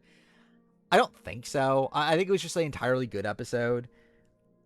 But it was one where, like, he was exiled, and they had to, like, explain why he was exiled, where, like, some of the content was revolved around that. I still think his early edit is a bit messed up. I think he's definitely above Ozzy. I actually think he might be like, my thing is like, is he number 2? Because I'm kind of worried that's where it's heading. I do think his edit is like so mixed as a whole, to where it feels weird to look at him as like one of the most likely winners. But genuinely, I think he is number 2 right now. I think there are probably less overall flaws with Rizzo. I feel like the fact that it seems like his true alliance on this season is Ozzy and Suri, I think it makes sense why his like earlier relationships are not as well developed. Especially considering most of them are gone now. I mean, yeah, I'd rather have Rizzo to win than Jonathan. I don't think that's the debate. But yeah, Rizzo, my man. Yeah, I think it's looking pretty decent right now. Is Rizzo getting a storyline of of being slowly accepted by old school people? I don't know. I don't know if that's how I would read it. I think if anything, it's the opposite. I think if anything, it's that Suri, like Suri's talk about how like the new schoolers they know how to play the game. Like I feel like if anything, that's like a confessional that is very pro Rizzo, who's like kind of the definitive like new school player. Is Rizzo Gabler? I think early edit is definitely very Gabler like. Wasn't that player wise? Like Jonathan would be top 5 player ranking for the. I mean, there's a chance. I don't have to see. All right, Stephanie. She was there. Yeah, it's like she was present, but like it was a very shallow like edit for her. I don't feel like we got that much of like, yeah, she won immunity and like she got to talk about it, but like like nothing too special here. I had her at 9 last time. I think she isn't kind of this grouping of like Ozzy, Rick, Coach. I think she's below all of them. Her versus Chrissy, I think, is kind of interesting. I think she's above Aubrey. I am debating her and Chrissy. I think okay. I think Stephanie had a good start. I think, like, especially the fact that now that, like, Kobe's gone. And, like, I don't feel like we got that much set to her relationship with, like, Jonathan or, like, Chrissy here. We did get a set up for her relationship with Ozzy. Yeah, it's like, I think the fact that this was, like, a Chrissy... Yeah, I think I'll give it to Stephanie above Chrissy. I think the fact that this was, like, a big, like, Chrissy's in danger and saves herself episode, and, like, she got, like, a kind of lacking edit despite that, yeah, I'll put her above Chrissy. But yeah, I don't feel great about, like, Stephanie's edit just feels very shallow. Why is everything revolving around Ozzy this season? Again, that's why I think Ozzy's definitely like one of the more viable people at this point. Tiffany. Yeah, that's still kind of easy. Like Tiffany, like 1,000,000,000% Tiffany is like the Chrissy of this season, right? Chrissy 48. Or like the Sophie Segretti. Like that's clearly what Tiffany is on this season. Like she's someone that is like not on the show early on because she doesn't really go to tribals and isn't super relevant to the overall storyline. But like she starts to get content to merge and gets taken out like mid-merge at some point. She did climb up 3 spots. Again, yeah, good for Tiffany. She's really going up the ranks. Yeah, she did get like 2 separate confessions about the merge, which is pretty insane. But yeah, again, like the start is so horrible for Tiffany. I don't think she can recover. I think she just clearly feels like I don't even think she's someone that makes the end game. Like she just feels like someone that is like kind of a. I guess actually, to be fair, she could be like a 5th placer, right? I guess that was like kind of a 5th place style of edit for a while. That was like the Allison from David vs. Goliath. You could argue like Lauren Harp is that, right? But yeah, there's like 5th placers that have that, but like I don't think she's like an end gamer. Yeah, like she's getting like as shallow of an edit as possible. Like really, it's like we got the relationship between her and Camilla and Dee at the beginning. We did get her relationship with Aubrey, but yeah, it's just not enough. I think Jonathan should be number 1 of Camilla's parting words. I think Jonathan's still number 1. Even again, like I don't think anyone's getting that good of an edit. Like I think we're at the point now where like no one has that good of an edit. Oh my god, dude, I'm gonna have Jonathan at number 1 in my midseason power ranking. That's really depressing. But yeah, I think I have to go Jonathan 1. I think his edit is the cleanest of the people so far. I do want to reassess the list though before we end, because like again, this is essentially the list that I will be using for mid-season power ranking. Jonathan 1, I think I have the standby. I think it makes sense. Rizzo 2, I think is fine.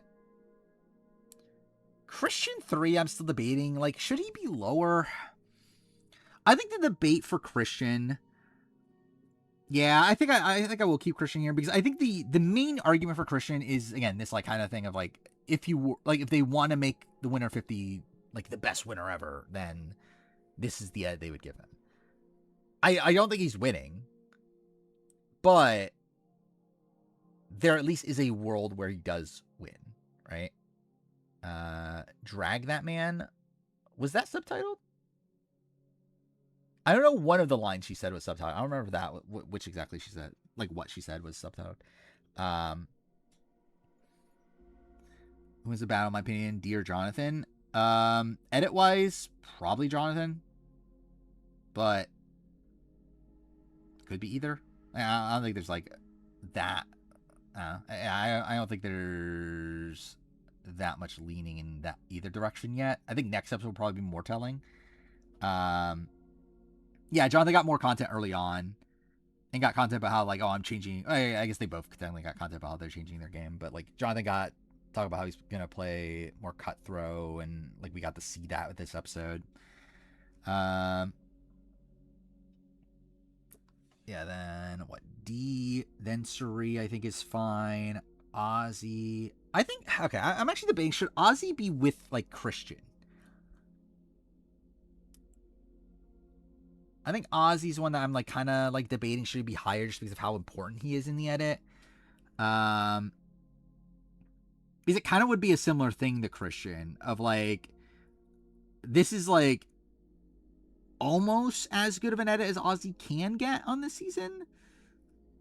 Like Ozzy, has been points where like I think in the premiere in particular, like it was definitely a bit of a mixed bag there. But I kind of do feel like I should be moving Ozzy up to 4.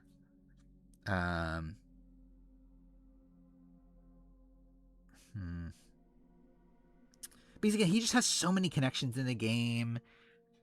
It definitely feels like all the rivalries that have been set up, I feel like he's set up to win those. Not being the sexist allegations. I mean, that's the edit. The edit is sexist. That's not me. I think I am going to do it. I think I'm going to put Ozzy above.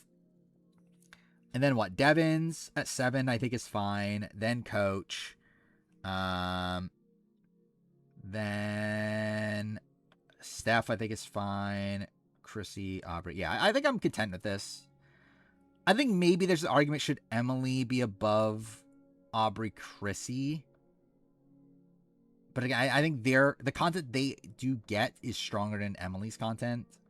And Emily's content is a lot more circumstantial. So yeah, I think I am going to stick with this. I think this will probably be what I do for the power ranking.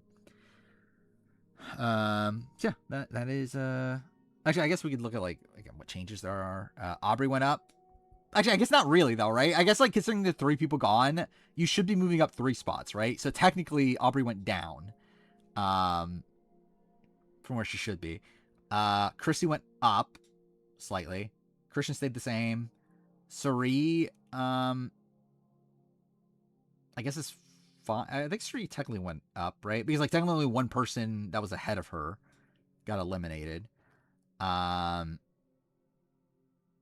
Then Coach went down. I think it's a bad episode for Coach. D went up slightly, which kind of same thing. I think she mostly stayed the same.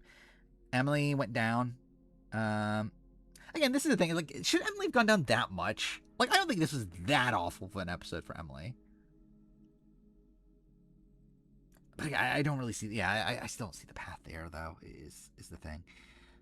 Joe went up, kind of. Not really, but like he technically went up. Jonathan went up. Ozzy went up. Rick went down, which I think that's fine. Rizzo went up, my man.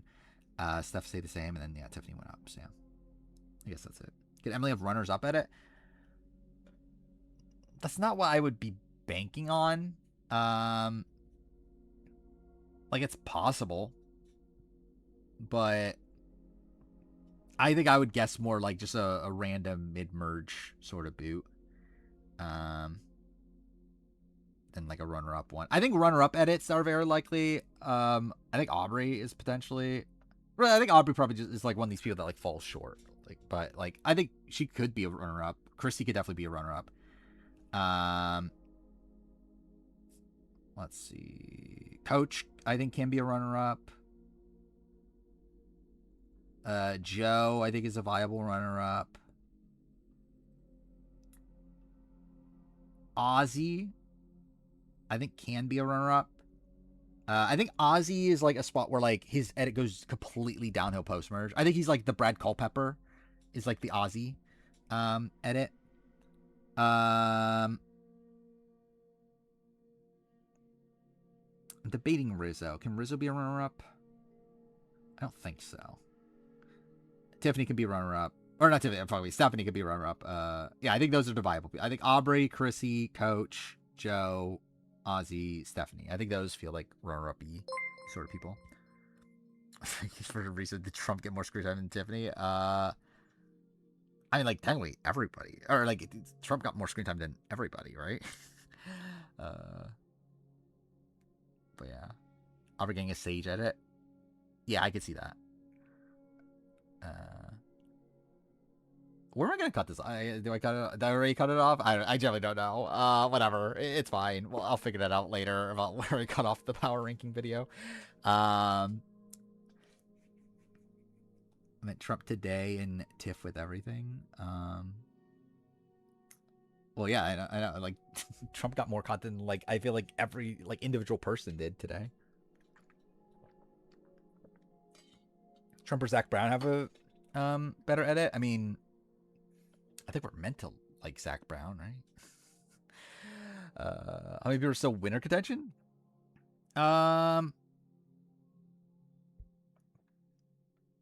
can still win.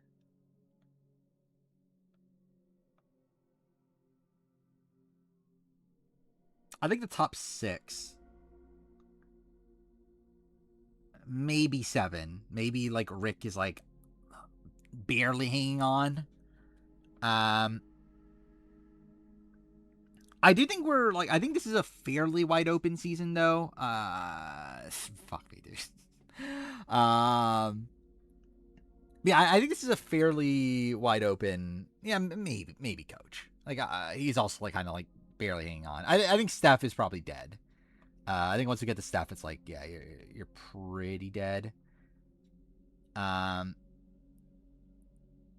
But yeah, it's like there's this. I think this is a fairly open season. I don't think it's like it's definitely not like 49 at least, and even like 48. 48. It's like, even though obviously I thought Joe was winning, it was like down to like Joe. Actually, where do I have my 48 power ranking? But like it was, I feel like it was like narrowed down pretty quickly. But yeah, I think it was like by the time the midseason power ranking, it was what, like, do I cow that low? Okay, maybe not. Maybe I'm just dumb. I think there's like a clear like top 4, maybe even 5 by that point. I feel like this season it's like, yeah, there's like 7, 8 people. It's definitely not like a. Yeah, Kyle's pre-merge does suck. I mean, the thing is, it's not even like bad. Like, okay, like recessing Kyle's edit. It's like, I think his premiere is bad. Like, or like his the way he gets introduced on the season, I think is bad. In general, his content in the pre-merge is not bad. It just feels like other people are better. And it feels very shallow, I think is the thing. With Kyle's edit. It's like, yeah, we're getting like set up relationships. But it feels like we don't know much about Kyle as a person until the David boot episode? Has the winner been spoiled yet? Not really. It's kind of down to 2. But like there is a, I don't know, like, not essentially no. I'm not gonna say who the 2 are, not yet at least. We'll talk about spoilers in maybe like half an hour or so.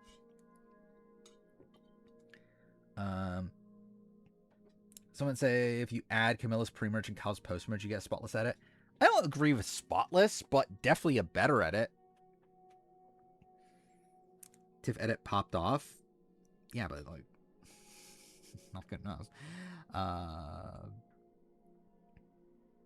guess Survivor still the DVD covers. Joe's in the middle of the 48 DVD cover. No, because I think they like Kyle. Like if they didn't like Kyle, then yeah, Joe would be in center. But they like Kyle.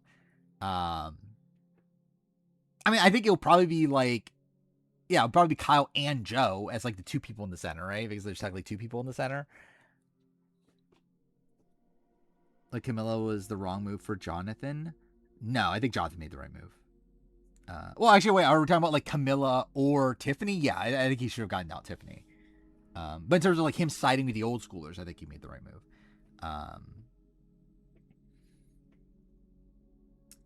When we talk about the horrible excuse for a game, we're talking about Life is Strange. I already talked about it. I probably talked about it for like what 5 to 10 minutes earlier.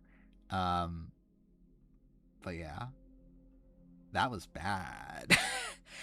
Dude, I also feel like I'm losing my mind because I've seen almost nothing but positivity.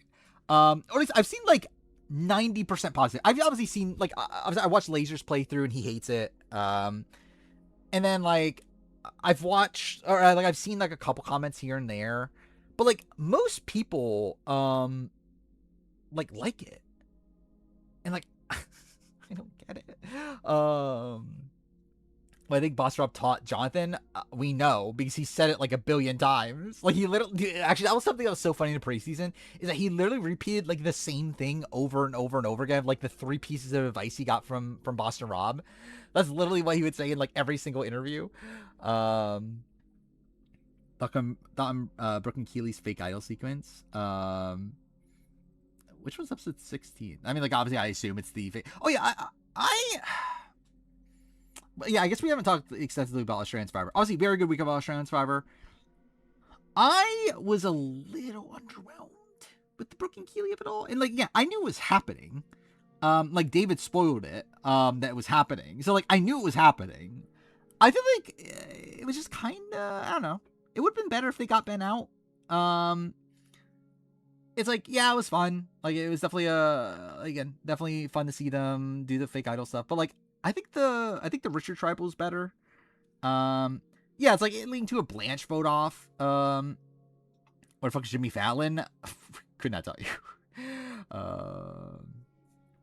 Rizzo game better than 49 and 50. I mean, I think easily 53. Yeah, the fact that Rizzo and Ozzy got to skip 3 eliminations is pretty insane. You got spoiled pre-release that the Arcade Bay characters weren't in the game. I mean, I assumed that wasn't. Or that was the case, that they weren't going to be in there. Because, like, actually, then I guess you could have done it, though, could you? Because obviously, Chloe comes back. Yeah, I guess, like, actually, you technically could have, and they just didn't. But anyway, I didn't really have in my head that they were going to do that anyway. Jackson voting off Ben was more wild. Yeah. And even that I kind of expected. But that was a pretty insane decision. No, I can't. I was actually, there was something spoilery in my head that was like, can I talk about that? And I realized I can't yet. In pertaining to the Ben vote off. But in like 30 minutes? Not that it's actually that, it's not important at all. But yeah, there was reason that I was not 100% sure if Ben was going or not. But I did feel like edit-wise, up to that point, it felt like Ben was going home. But yeah, spoiler wise though, it was like a little bit up in the air. Are we adjusting Colby, Genevieve, Camille in the player ranking? Yeah, it's next stream. Because yeah, I'm not gonna do the actual player ranking on this, so we'll adjust it next stream. I mean, I guess we could look at it. I have it open. Like, to just, like, we won't actually move them. Because I want that to be in the VOD, but Genevieve's here. She probably goes up to, like, here, right? Maybe even above. I don't know. Yeah, I think she definitely goes up. Like, this is a pretty good showing from Genevieve. I think my gut is, like, really Savannah has a win, obviously, but I think I actually have more faith in Genevieve than Savannah. Then they were big parts, but not even cameos. Yeah, it's like they could have done like a scene here and there, right? D-Loki has a Haley winner edit. I mean, I don't think you could really compare Australian Survivor to Survivor US. I don't think they edit the show like closely at all. Rizzo coming back, learning 3 of his allies are gone. Yeah, Colby, Genevieve, Camilla. Yeah, wow. Yeah, that's kind of funny. Yeah, who else got booted? Colby. I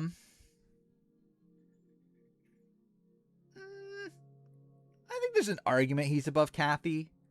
I don't think this is a big change for Colby. But like, I don't know, him or Kathy, I think they're like very similar level.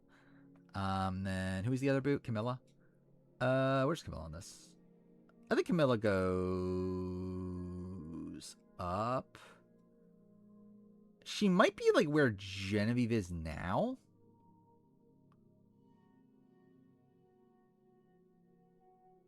I don't know.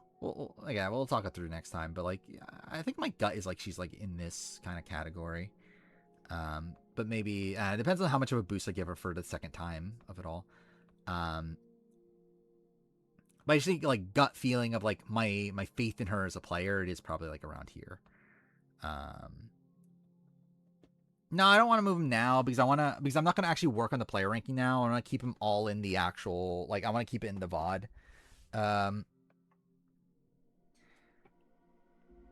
So like I don't want to like have a like again process of making ranking part 26, and it's literally just a 2-minute clip of me moving a couple people around.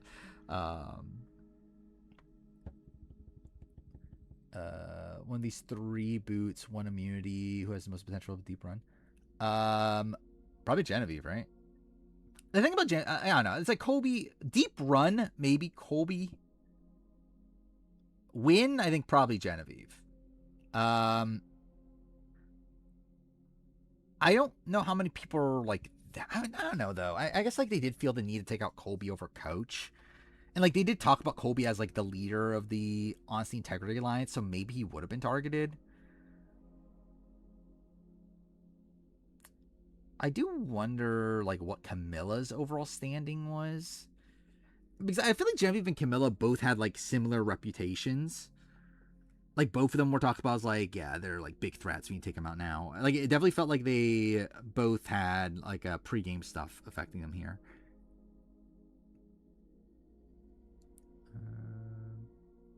Coach getting 1 confessional is kind of help. Wait, what? What's next for a player? It's just like what's next part of the process. Based on like what I did for Big Brother US and everything is I literally just like took these lists and then like looked at all the people at the bottom. Who's the worst of that? That person's like next. Like I don't know if I'll be able to do that with like again. There's 11 lists here. I think I'm gonna have to like do some more like parsing out of things. Like I don't know, like separating people a bit more. So I think it's like one of 2 approaches. I think it's either do another batch of like mixing lists or go and like break people up into tiers of like do comparisons between lists and just say, okay, this grouping is like where like this grouping is, and like kind of like be able to better visualize it. Because I just think right now it's like it's just gonna be a pain to be like, yeah, which of these bottom people is worse? I think it'll be easier if we can like group more people together in some way. Yeah, Kalshi odds are spoilers technically. Again, technically like the actual spoilers don't know who the winner is, but like the Kalshi stuff plays into the spoilers. Are any new era players in the bottom 10 of all time? Maybe? I don't know.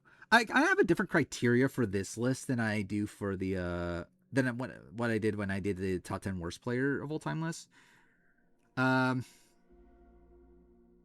So maybe. I'm not sure though. My gut is no, but there might be.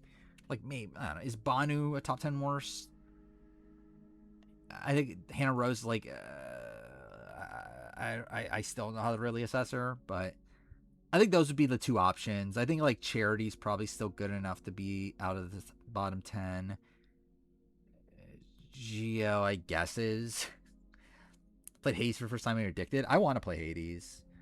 I'm excited to get back into playing games again. When I have the time to do so. But also, actually, I didn't talk about this. My Life is Strange Reunion playthrough's so fucked in the sense that, like, the first episode, I just fucked up entirely and accidentally muted all the game audio, which was very funny. Then every episode after that, the audio is still, like, way too low. Because I have it set for, like, stream to be low, because, like, who fucking cares? On stream. But, yeah, like, I probably should have had it higher in that playthrough, but that's what, like, it is what it is now. Soon Pecking Order, Ritual Hollow. Like Chrissy was definitely at the bottom. Like Coach and John, like, so the dynamics of that, from what I understand, are that it was like D, Camilla, Tiffany as a 3, and then Chrissy was on the bottom, likely going home. Jonathan and Coach were with Chrissy, but like not like they were like with her and would have ideally liked her to stay, but they weren't gonna like fight for her to stay. And then like Charlie and Mike were kind of in the middle, but like we're siding with D. Be the worst player of all time. My gut is BB, but I don't know if that's actually what I'm gonna land on. Are prediction market odds on non-spoiled newbie seasons based on Edgic? I think a lot of it's based on insider information. I think it's based on spoilers more than like, or what the spoiled community like believes more than Edgic. Apparently Challenge 42 has been, yeah, I did see that. Production 42 has been pretty bad, supposedly. Which makes sense, because Challenge production sucks. But yeah, what else do I want to do before we get to the spoiler section? I think we'll do Survivor Duels. I guess we'll do that. Actually, did I ever find the Mitch? Actually, I want to see if I can find the fucking Mitch thing I wanted to play. Not that it actually matters at all. We'll go over. Yeah. We'll do a deep dive of that on stream. I also want to do a video on it at some point. I don't know when I'll ever actually do that, but I did want to do that. Where's all this? I do give it the challenge. I mean, like I see, like I haven't been that focusing on it. Like I see it here and there. I haven't been like actively like searching for it. But yeah, we'll talk about, or like we'll at least I'll open it up to be talked about in a little bit. But yeah, do I think it'll be canceled? It's not looking great. I don't know. I would not feel great about it long term for sure. It might get renewed for another season or two. I don't know, but like I don't have faith that will last much longer. For the flights back from filming 50, is there anything else that was unusual besides 3 who flew back home early? Not really. Again, I talked about it earlier. There was some like doubt on Genevieve, or like some coping on Genevieve, more like it, where yeah, people were because like technically we did not see the people that arrived in from the pre-merge. We just know who was in the post-merge flight or the post-jury flight. So there was some coping of like, oh, no one saw Genevieve, to where maybe Genevieve actually made the merge, and we just don't know because she lives in Canada. But like, no, it's just cope. I'll say that now. There wasn't really anything else. That I can think of at least. Okay, Survivor Duel. What was the last day we did? 29th, right? Yeah, because it was past midnight. Yeah, okay. So I think we're on the 30th. Jonas. Okay, slightly before One World, slightly worse than 13th place, a female non-returnee below the age of 37. Elise? Okay, sure. Yeah, that's fine. I did not realize Elise was 27. I thought Elise would have been like 21 or 22 or something. I've watched Muso. Why? I don't know. I didn't like it that much, to be honest. I think it's a cool concept. I don't think the actual show was that good. Hopefully they improve on it over time. But yeah, also very funny that Kan Yutaka won, or like was last man standing. I guess technically not a win. No one saw Chrissy, Emily, Christian. I was saying I hope it's not Exile. Yeah, that was pretty funny. Yeah, that was yeah. I don't know what Christy was doing there, but whatever. What are we doing there? So we're on 37. Jonas, male returnee, under age of 37, slightly before One World, slightly better than 9th place. I think I'll go Lex in All Stars. Okay. Slightly worse than 9th place. Oh, is Lex that old? I didn't realize Lex was that old in All Stars.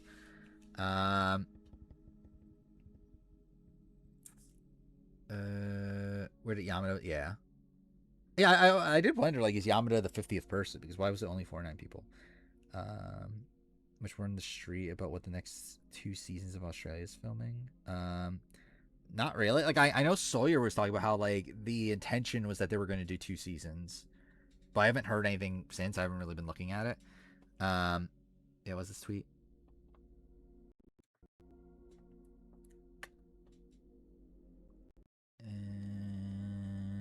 Any time now? There we go. Yeah. I did also see the someone's like, how much restraint did Rizzo have to not ask Dee about Wendell? Which I found that funny too. All right. Slightly worse than I think Ethan, right? Would be the person to go to. Wait, no, because it's not All Stars. Oh, wait. So it's a returnee male before All Stars. So this must be on their first appearance. Is it Scoopin? In Australian Outback? Really? Okay, it's... So Varner, right? Yeah, it's Varner in Australian Outback. Yeah, there we go. And then we have 38. Jonas. Before One World, worse than 12th place. Above the age of 37. I'll go Carl Blanchone. Oh, no, Carl Blanchone already was it, wasn't it? So it won't be Carl Blanchone again. I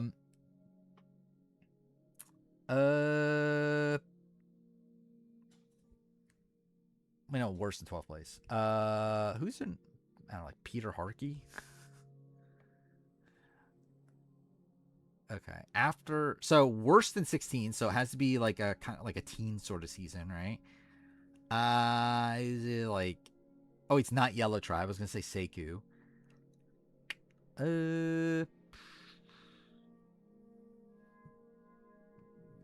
No, Dan Barry wouldn't be. Who's like slightly older, slightly better than 16th place? Is a guy non-returnee.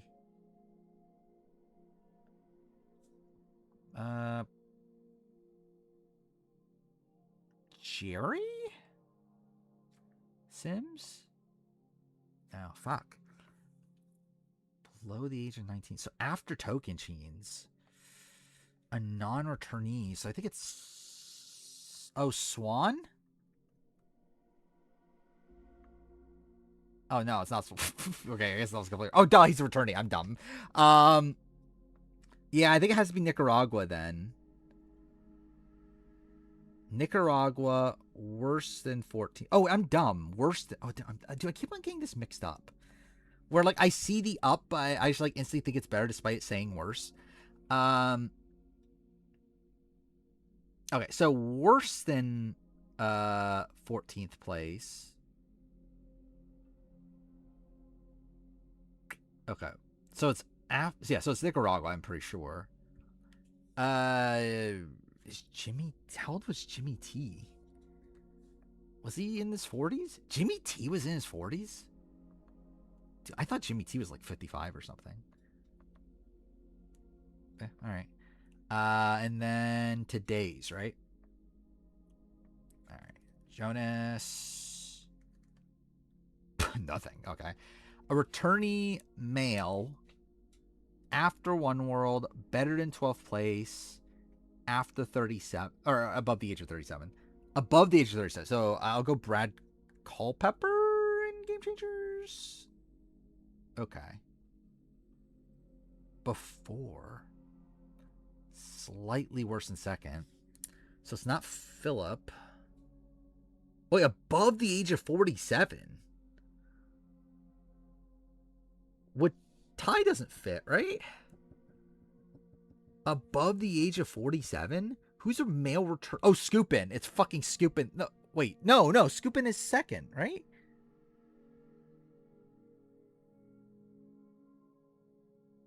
Who's above the age of 47 that's a returnee? Oh, wait, no. Travis wasn't that old, right? I'll go Jervis, but I don't know if that's it. Was he that old? No, he wasn't. Yeah, he was only 43. Oh, wait, it's okay. It could be fourth place. How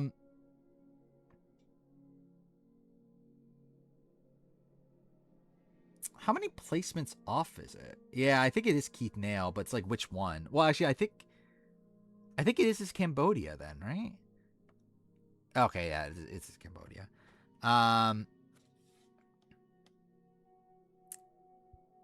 Yeah. Yeah, I was thinking with this, for some reason in my mind, it was a finalist. I still don't remember, like, how many placements is that? Is that within...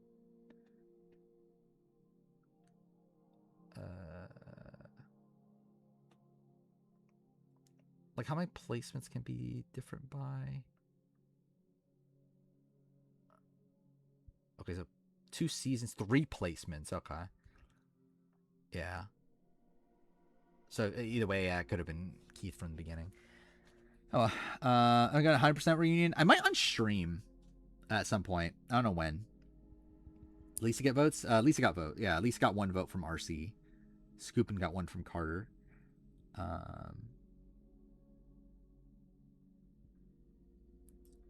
Do I think Camilla had an inkling it could be her? I think she was worried. I think if she knew it was going to be her, she would have used her shot in the dark. But I think she definitely suspected that. Like, I think she suspected Jonathan could not be with her. I think she probably thought it could have been Tiffany instead of her. Like, I definitely don't think she knew for sure she was going home, but I think she definitely did have a great feeling. Yeah. What was the other thing? Oh, reality grid, right? I guess we'll do that too. And then I'll open up spoilers.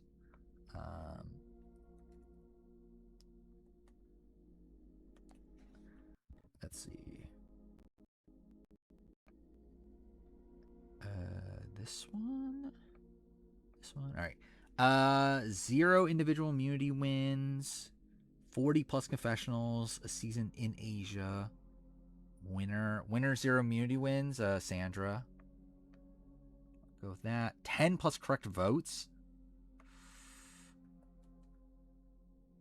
Oh wait, no, this isn't winner. Well, either way, I think it's still Natalie White still fits that. 2 plus idols found, 0 individual immunity wins. Ben? Well, I guess. Yeah, that's fine. 40 plus confessionals. Winner, 2 idols found. So this would be Tony. Winner, 40 plus confessionals would go Rob. 10 plus correct votes on a season of over 40 confessionals would go Russell Hance. Asia location. 2 plus idols found. Shit, that would have been an easy one for Tony. 2 plus idol founds found in Asia. So was there the Philippines? The Philippine seasons. Malcolm still fits, right? He found 2 in Caramoan, Caramoan. 10 plus correct votes in Asia. Did Denise have 10? Oh yeah, James would have been an easy one.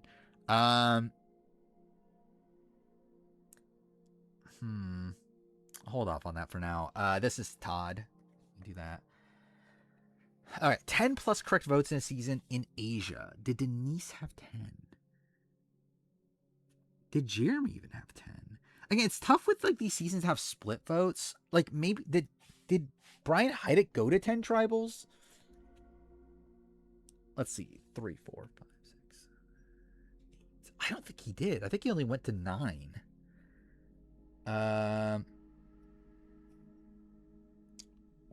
What other Asia-based seasons are there? Hatch, I'm not sure. He's like a maybe of having 10 correct votes. Again, Heidick, I don't even think went to 10 tribals. What's the next Asia location? There's not one for a while, is there?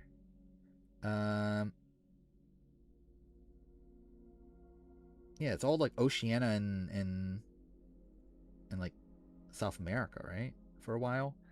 Like what's the next Asia location after Thailand? It's like not until China, right? That's kind of insane, actually. Did Amanda have 10 votes?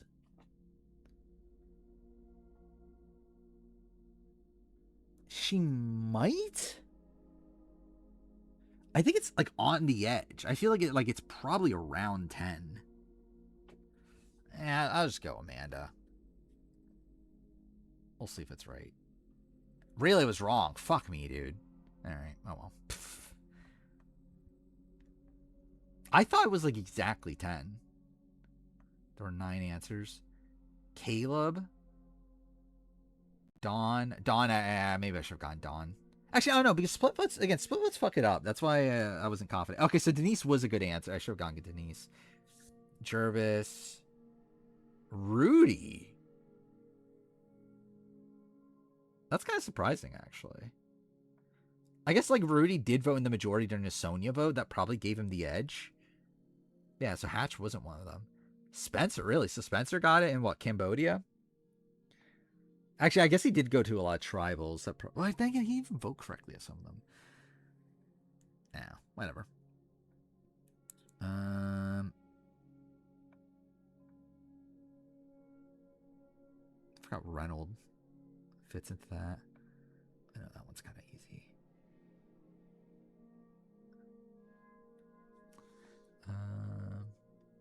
Could have gotten in Cagayan. I don't feel like, did Spencer vote that correctly in Cagayan though? Like in Cagayan, it's like he votes out David. He didn't vote out Garrett. He did vote out Chatia. He did vote out Alexis. He didn't vote out Sarah. He didn't vote out Morgan.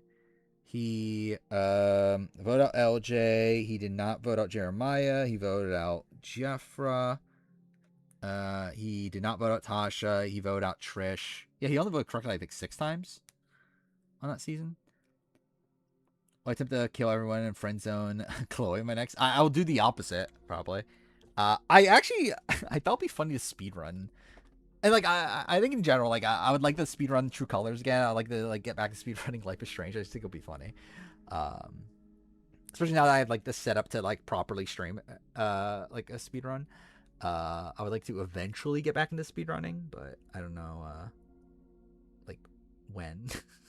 I have time to actually, like, relearn all the games and everything. Or, like, learn for the first time with, like, because I thought about doing double exposure. I think that would have been the funny one. The, like literally just, like, every time, like, I just have to re-experience, the, Safi turning evil of it all. I think True Colors is the shortest one, if I were to guess. That's probably the most, like, palatable one to do. But yeah, what was the, there was one, oh yeah, I don't know, should I even bother looking for the Mitch thing? But yeah, we'll open up for spoilers in a second. It's not even like anything that important to even show. It's literally just okay, I think it's gonna freeze. Okay, whatever. Oh well.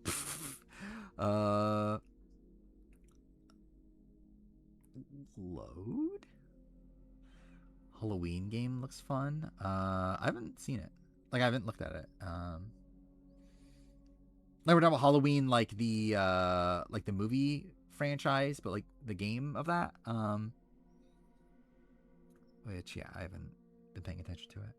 How to rank all the challenge women Bananas has slept with? I mean, how many is that? Like is that? I assume it's a lot, but I don't even like actually know. Where is that Mitch thing that I'm talking about? I generally don't remember where it is anymore. Like it doesn't actually matter, right? But it's like I just want to find it. It is funny just like how big this video is to the point where like I don't even know where things are anymore in it. Is it here?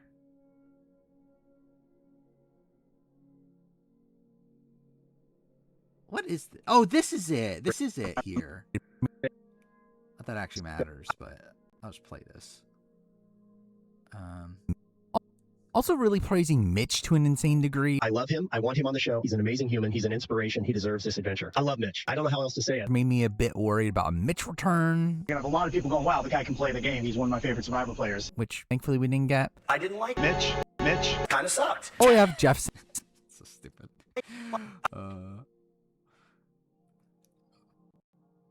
I don't know why this happens also. Like I need to find a workaround around this of why it like the backgrounds with like it's only with like certain clips, but like for some reason like the background just like fades away. And like I have to like readjust it to make it re-show up, but whatever. When Mitch watches all 8 hours of this, yeah. And then again, like he doesn't like obviously 48 doesn't happen until like a decent ways in to where like actually yeah, Mitch won't even be mentioned at all in part 1. Right? Actually no, part 1 I think ends right after the part 1 is until the end of February. So I think 48 premieres. Yeah, where's the end? Yeah, so this is the end of part 1. So yeah, 48 just premiered. Which I don't even think I mentioned Mitch in this, do I? Where we instantly get a glow. Yeah, whatever. I don't think Mitch comes up. I think talk about Joe and Eva. How can I help? Getting squeezed. Both of them clearly coming off as production favorites. Wrong again. What was this? Through him failing. Fail again. He's clearly not winning the season. The winner of Survivor 48, Kyle. No. Yeah. Yeah. I don't think I mentioned. Yeah, I don't mention Mitch at all in part 1. Then, when he starts part 2, think I liked him. Yeah. And he'll be set. Actually, I don't even think I mock Mitch that much until post merge, right? Yeah, actually, now that I think about it, I don't think I mentioned Mitch at all until post merge because it's like once we get to the. It's not until we get to like his talk about making a big move during like the was it the Chrissy boot episode? I think is the point where I start mentioning it. What day was that? What is this?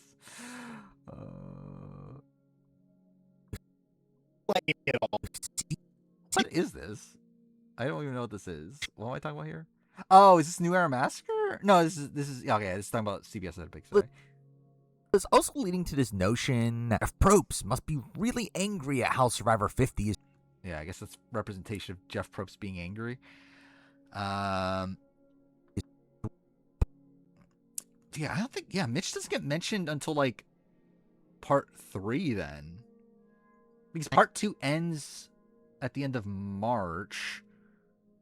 The merge doesn't even happen until April. Yeah, so that's still, yeah. If Say was on 50 over Camilla, do I think she does good? Probably not. I don't think this is a good group for her.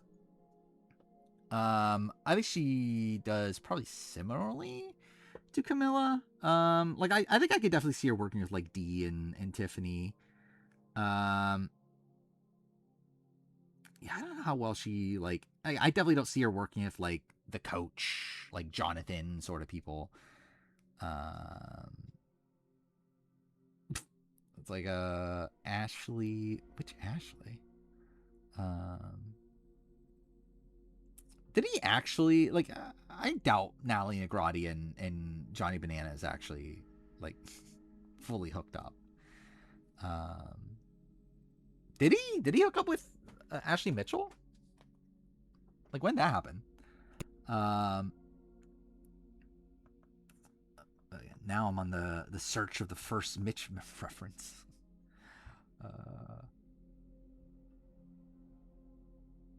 It's the 7th. When is this?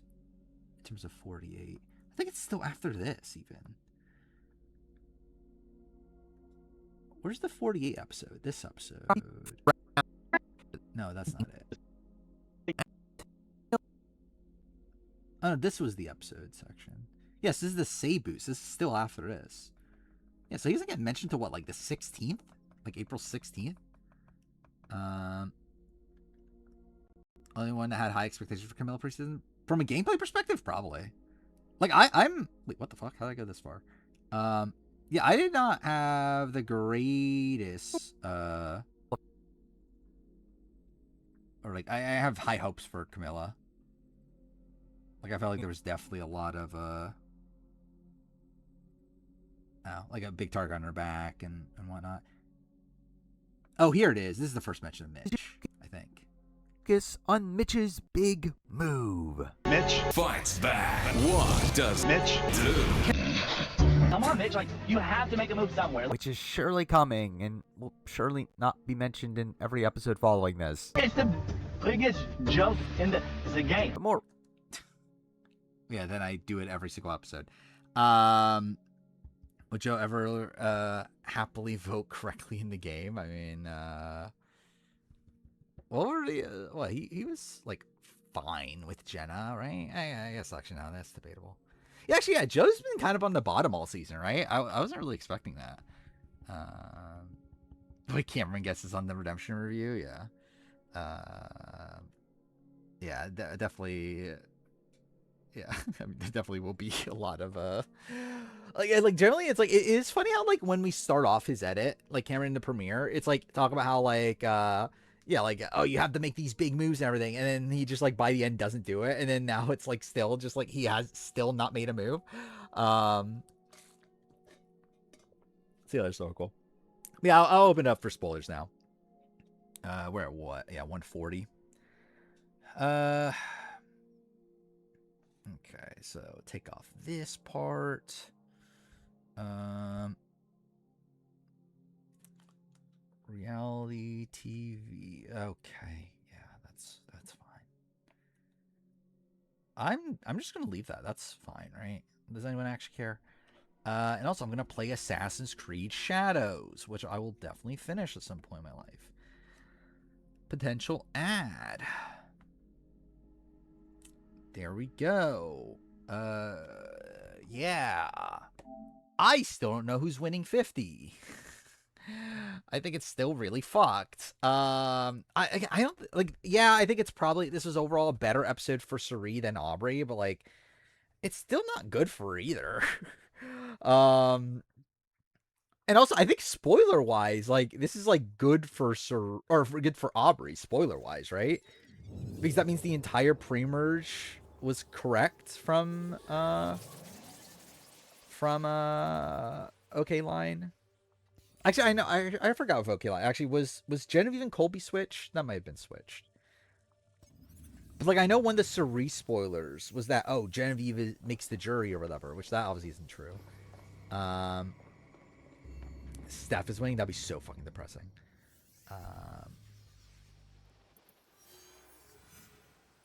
Yeah, it's like those things were swapped. I don't think that's like that big of a deal, but yeah, it's like that. That's definitely something to mention.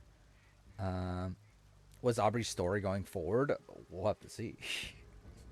I think that is obviously the big like again, edit wise, I don't see it. But I do think, like, spoiler wise, I would say, like, the spoilers lean Aubrey. Again, which OK line was that though? Yeah, was that true? So I know that, yeah, like Big Dick Chris maybe got eliminated, maybe, probably. I'm still waiting to see if that was an April Fool's joke, but I know Gamer said it's not, so that's a travesty. Like, how dare they eliminate Big Dick Chris? I cannot go in now. I don't care about Josh though. I only care about Big Dick Chris. Oh, what am I doing? Cool. Oh, I forgot. I was in like, yeah, I forgot. I never finished this last stream.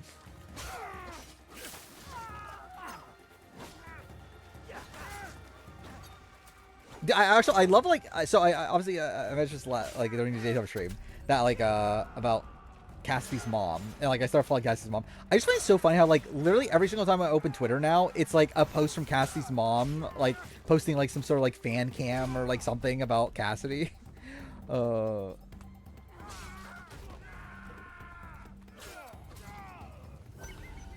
Which, I mean, at least she has like a very supportive family. I guess there's at least that.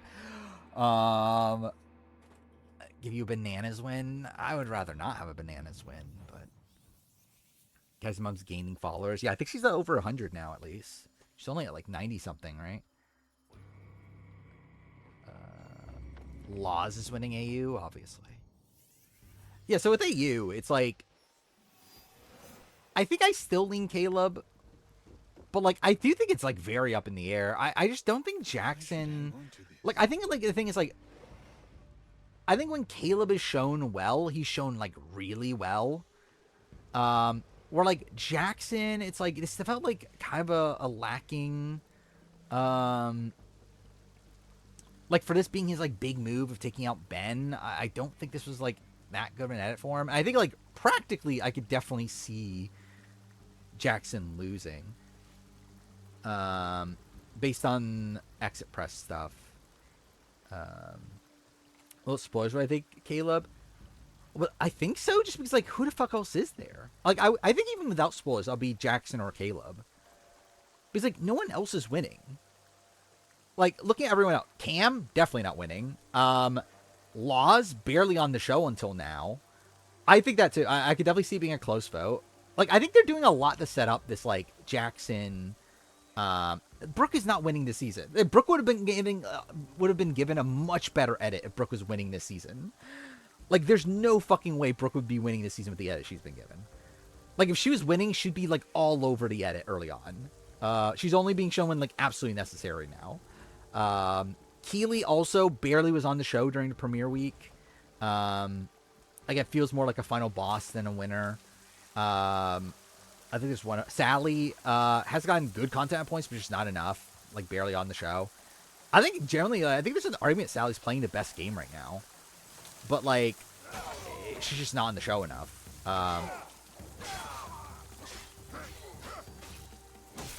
So, like, I think edit-wise, it is just Jackson and Caleb. But, like, even then, both of their edits are, like, really flawed. Or, like, Caleb's just not, like, consistent enough on the show. And then with Jackson, Too Fair Jackson also has, like, a similar complaint. But at least it's more prominent recently. But even then, I don't feel like the content he's been given is that good. Cool. Why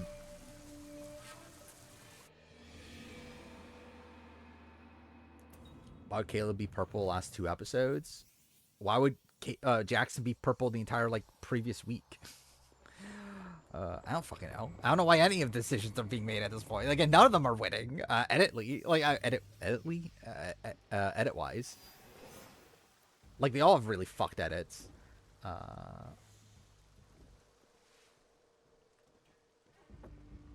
Sally gonna be #1 player ranking? I'd love to see. Probably not, though, but we'll see.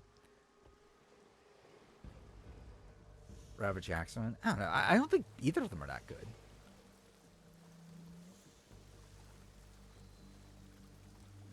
Like, I generally don't understand. Like, I think Jackson's move taking out Ben is really stupid. And the way that he, like, proceeds to like call out the entire like the other side, like, oh, you guys have done nothing. I did something. It's like you look like a fucking idiot. What the fuck are you doing? Like, again, I don't even like like I at least can get why he made the move to take out Ben. I think the way that he's acting though is making it worse. Like he's essentially like goading the jury into not voting for him. Like this is exactly how you don't get respect for making this move.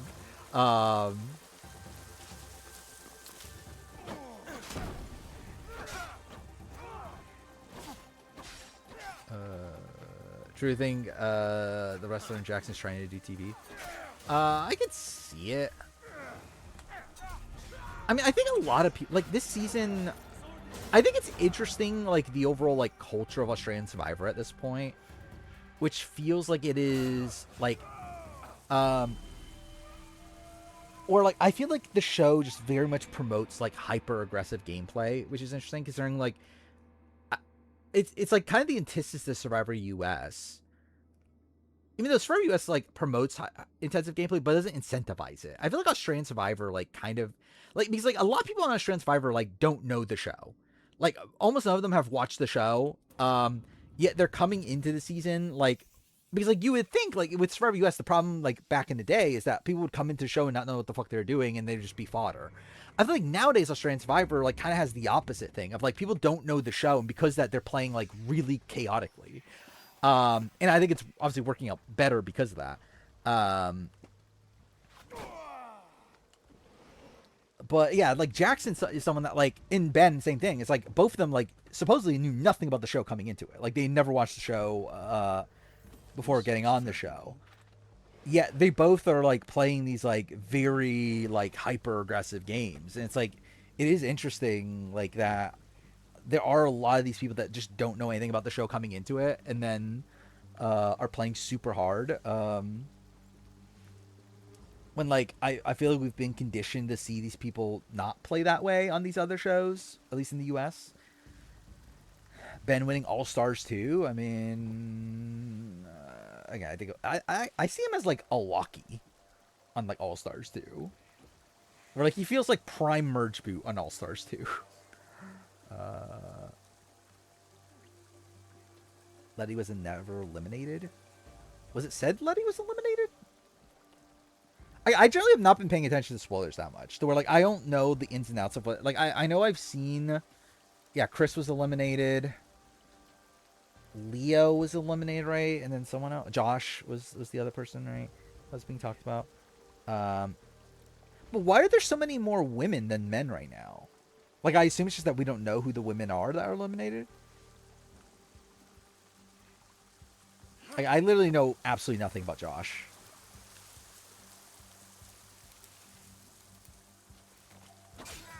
What? How was that not assassination?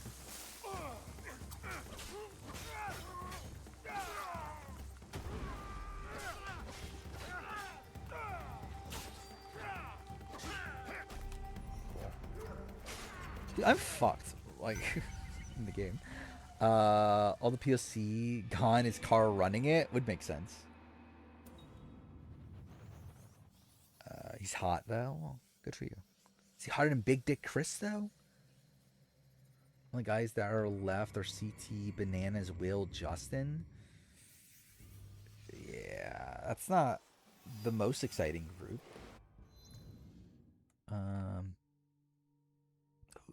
Generally, who's the most likely to win that, actually? Because I generally don't know, actually. I might have to reload a save. I feel like there's almost no way I'm getting through this.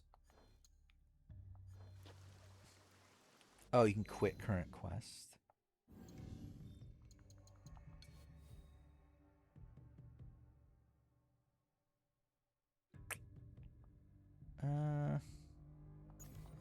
Yeah, maybe I'll try it.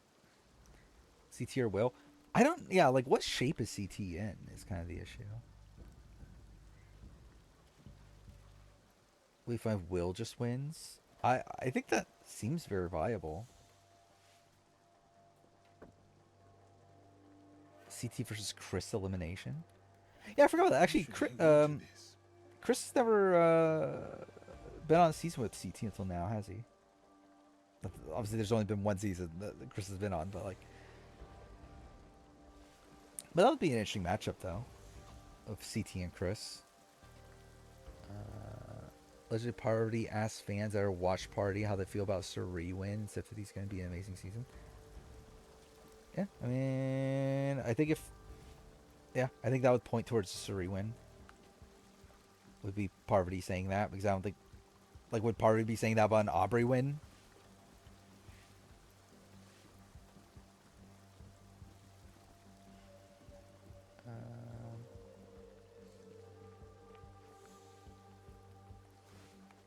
That was not the right button. That's also not the right button. Let's think of the cutthroat format. I think wasn't there some? I think I saw a post that said the teams, but I don't remember what it is anymore. More up ahead.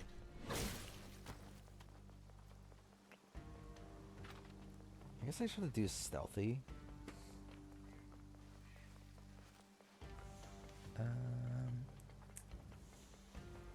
I mean, like, I think it's definitely Suri or Aubrey based on spoilers. Like, I would say at this point, I'll probably go like 60 or 70% Suri. Like, I think I would lean Suri at this point. But I definitely have, like, hesitancies.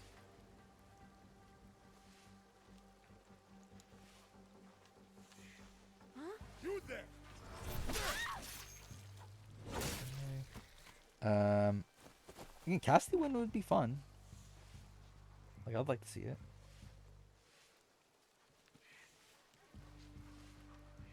Who are the other options? What, Tori's there, Car Maria, Anna Lee, Letty, right? Really, I think any of the rookies winning would be fine. Adrienne is still there, isn't she? Kind of forgot about her. I think this would have been a breakout Aubrey episode if she wins. I mean, yeah.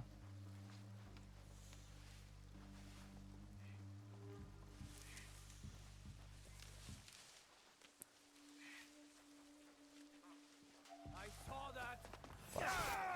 What the fuck? How did I get damage from that?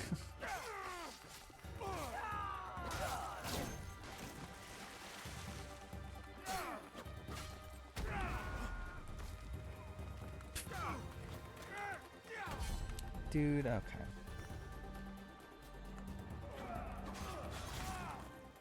Yeah, I'm just kind of fucked. Just having 2 good seasons is crazy to think about. Yeah, I guess. Yeah, I mean, like, I don't know. He's the type of person that, like, he probably is in, like, danger early on. But I think, like, socially he seems to be, like, pretty affable. And, like, he's not, like, a slouch in eliminations or anything. I can't switch character, right? Yeah. Yeah, I think I'm gonna have to just leave.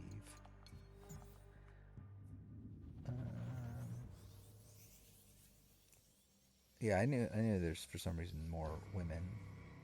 But I believe the final is meant to be like individual though. It's not meant to be like cutthroat where like it's a team final, right? So I assume they have to even up the numbers at some point.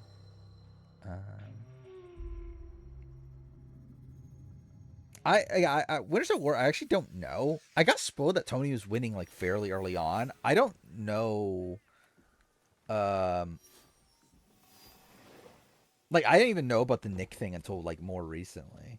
So, like, I don't know how prominent the Nick versus Tony thing, but I knew Tony. Like all I saw was Tony won at the time. So, like, I feel like the consensus was that Tony won.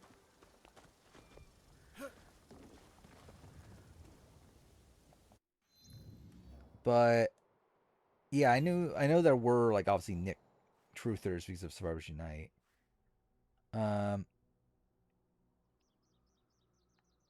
See, I think that was the thing I looked up since last stream. Is that I think I need to do knowledge shit, like get knowledge points or whatever the fuck they are in this game. Oh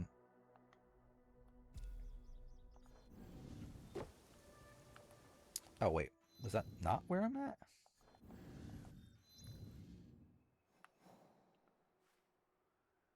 Oh, okay. I'm pretty fucked in this area. Well, shit.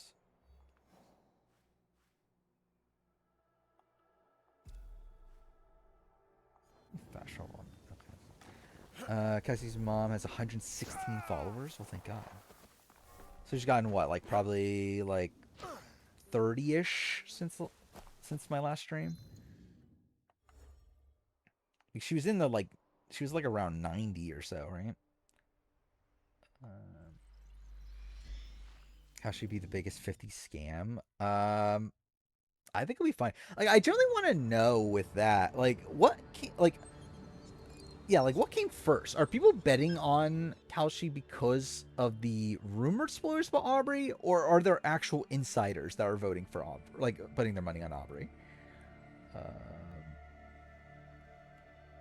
I understand why Aubrey had no major role in the Mother reboot. Yeah, yeah, it's like, again, like, you would think they would give her a bigger edit Now with it that. will never let me hear the end of this. Let me see something.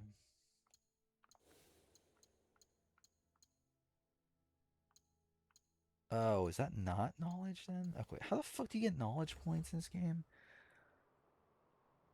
Justin wins? I mean, I wouldn't be that opposed to that. Oh, this is like a knowledge thing. Oh, that is also knowledge. Okay, yeah, so this does work. Doesn't Christian stealing all of Aubrey content? Yeah. Yeah, Christian in particular good. Actually, yeah, I guess really both, actually, yeah. This is as far as I can go. I will tell now. Yeah, because yeah, we got so much focus on like Devins with Joe and all that setup. Then we got the Christian with Genevieve. Yeah.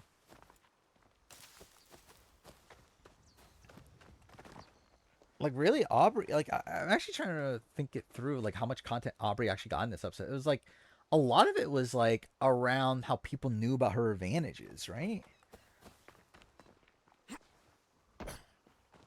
Like she got more of like that content than she did about like her rivalry with Genevieve, I feel like.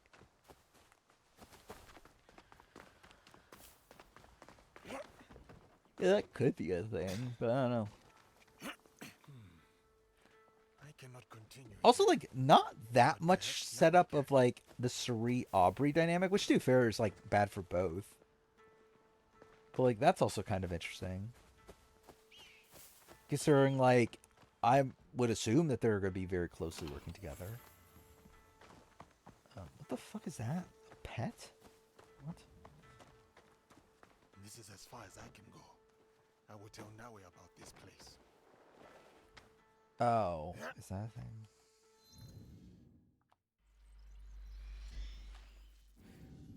Aubrey got confessional, like, aw shucks, I wish people didn't know about my idol. Yeah. Aubrey gets 0 confessionals next week. That'll be funny.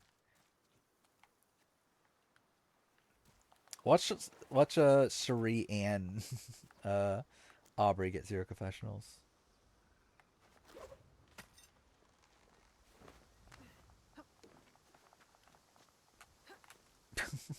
What?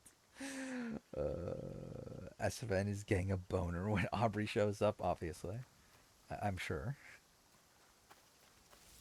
Imagine like someone just watches Survivor and just gets. Well, I guess there are probably people that would do that, but like not for sexual reasons. Imagine someone just like gets a boner like when,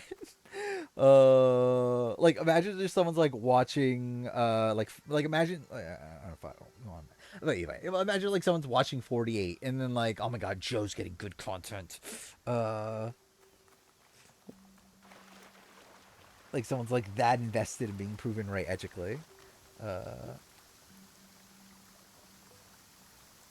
blindside kink.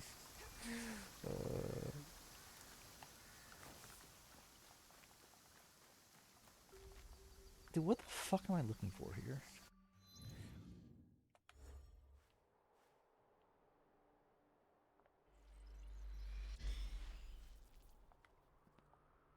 I do hate that this game essentially forces you to do side content.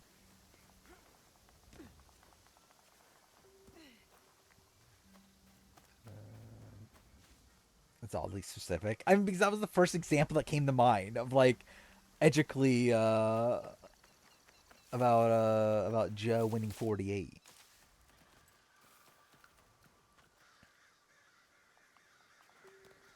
Jimmy making jury would have generally made me moist. Is moist one of the worst words to ever exist? I feel like it's such a weird word to even say. Need Chrissy to end Christian next week. Oh yeah, I guess that's the thing we could talk about. So yeah, obviously, like, there are spoilers pointing to Christian, like, so and I think that's another point in like the Aubrey bandwagon is that the Cerise spoiler, like the RHP spoilers, were that Christian's the merge boo or whatever, which like obviously technically not the merge boo because next week's not the merge boo, but like again, like Christian, like I think what they meant is like the first person after like the merge would be Christian. The problem is that we still don't have the Jimmy Fallon stuff. So it's like, I don't think Christian's going home next episode. Either that or like they for some reason just didn't promote Jimmy Fallon. Which like, why would they not promote Jimmy Fallon? Like that would be bizarre, I feel like. You would think they would at least like have Christian's line of like Jimmy Fallon's gonna decide my fate in the game. You would think that would at least like make the trailer. So I don't think that's not great for Cerise odds. The fact that like them prominent like Cerise wins spoiler is one that also said that Christian is the merge boot, which doesn't seem like that's the case at this point.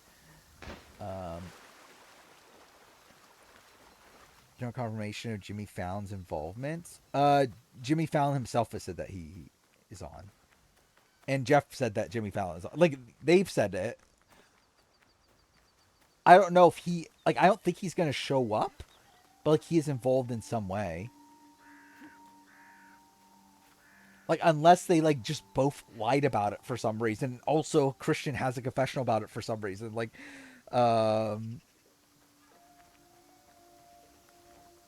again, Jimmy Fallon definitely is going to show up. I feel like, or like yeah, Jimmy Fallon. Well, yeah, Jimmy Fallon. Like the Jimmy Fallon thing is actually a thing that happens on the season. Survivor, the one that said that fucking Genevieve's the first boot. I think there's just like there's so many fucking things that are just like fucked with this this rumor mill. What the fuck's a horse academy? Why is that a thing in this game?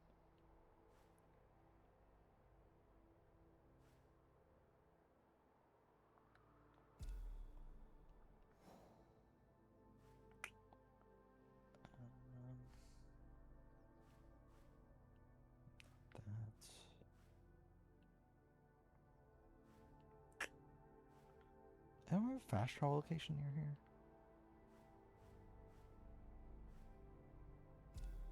Do that one, I guess. They see the THR BTS for this episode.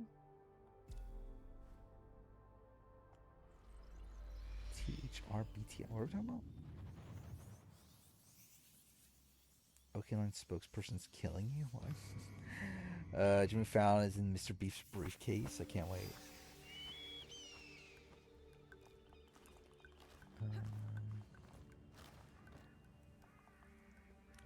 Yeah, on set exclusive. What is this? Not Christian, who I think would be the merge boot. I wouldn't be shocked at Coach at this rate, to be honest.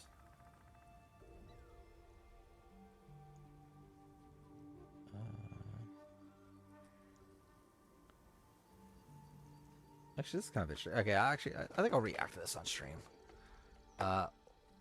NTOS, that's next time on Survivor.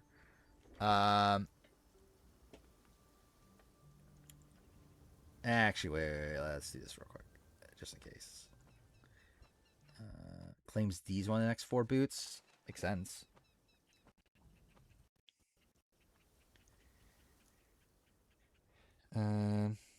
Oh, like what is the next time on with this? I think Coach should. I think there clearly is like fallout from the Jonathan vote.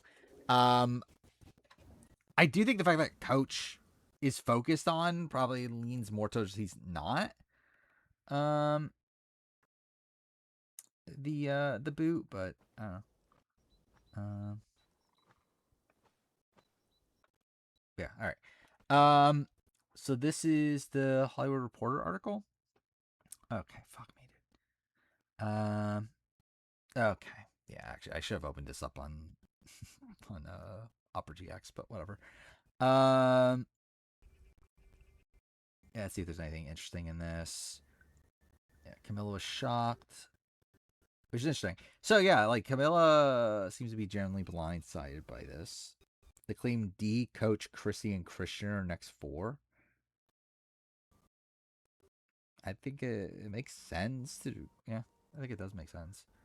It was hard to lose Genevieve. That's good for Genevieve's returning chances, right? How lucky that we got to Kobe last. He's going out as a hero because he played the game.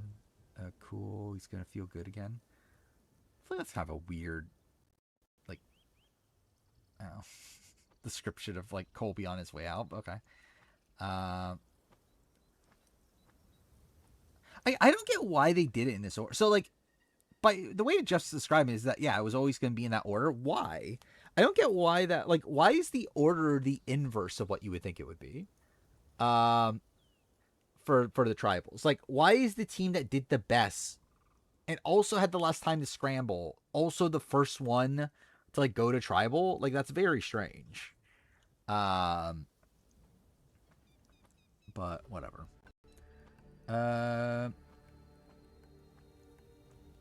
That's a whole bunch of nothing. That's a whole bunch of nothing.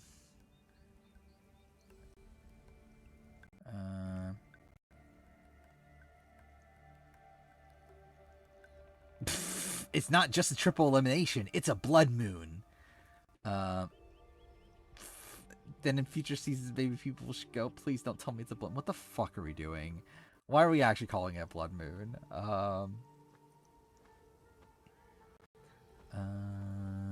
The end of the season is a phoenix, rebirth through fire. It's the biggest trial we've ever done. Blah blah blah. Nothing that special there. Yeah,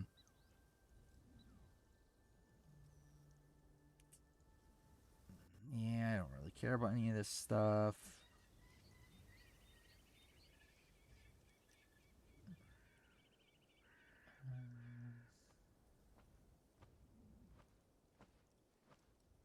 Yeah, nothing too interesting here.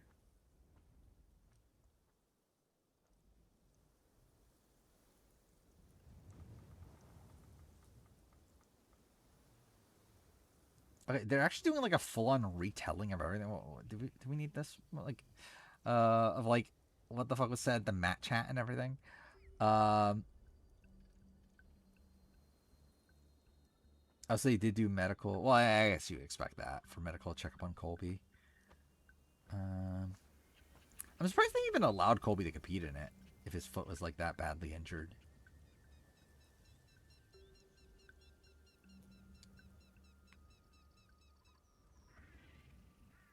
More than 4 hours for tribal. Thank God. Generally, tribal seems miserable. I feel like I would hate being at tribal. Like I feel like it'd be like just waiting for like your teacher to like ask you questions in class and everything. It's like, oh, that sounds. I don't know. I feel like I would fucking hate that.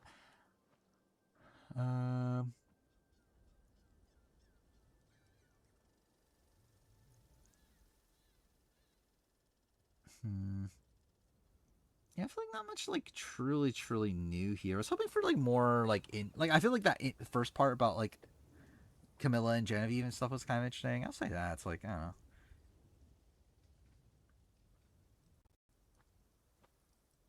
know. Not really too much. Like it's just like kind of a behind the scenes look, but I was kind of hoping for more like what does Jeff actually think about what's going on.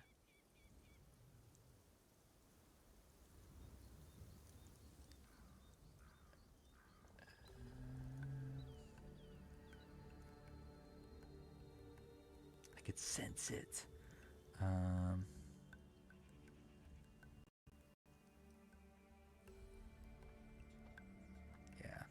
This isn't that interesting. I wonder how many times Applebee's is mentioned in this.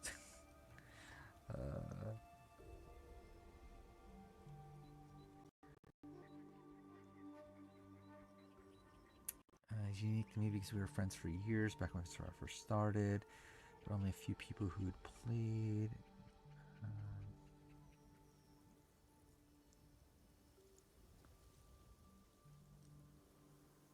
Wait. So I was really excited when he said yes to 50 before revealing he had made contact after.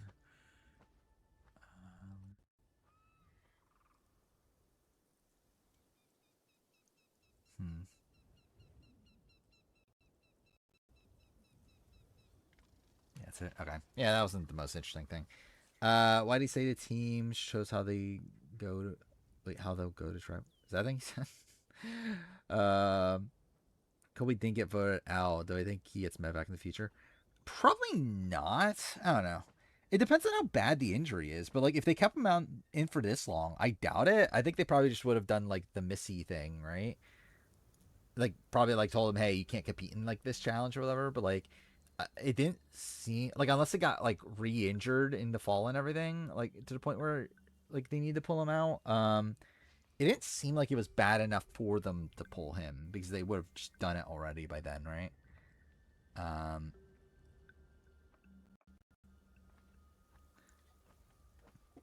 I guess they did that in the past with tribes that win a reward. Actually, I'm kind of. Well, I guess they probably wanted to. I'm kind of surprised they didn't do that with this. And I'm kind of surprised they don't do that as much anymore. That's of like having the reward at tribal. Because I mean, you would think that would actually like be better for like new era scheduling wise. Right? I'm kind of surprised they don't do that. But yeah, I guess that is, they have done that in the past. Of yeah, the team that wins reward goes to tribal first. But it feels weird that that's the case, especially in this sort of situation.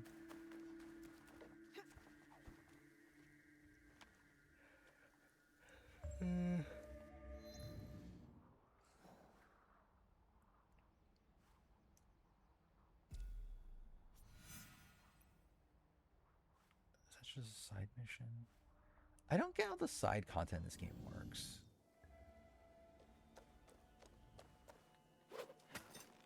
It's like what I'm meant to doing at the shrine.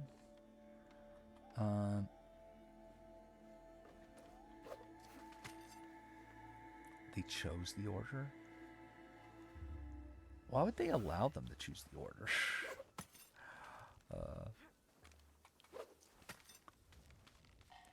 Props reveals that the players chose the order in which they'll immediately attend tribal and try to remember how they did it. That feels weird. I don't know. Why would they do that? Like why would they allow it to, like, the players to decide? That feels like such a weird thing.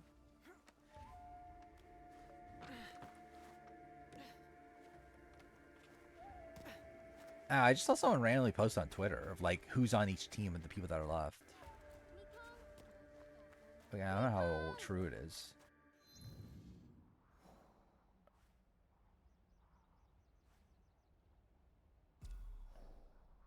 I don't know. What should I do here?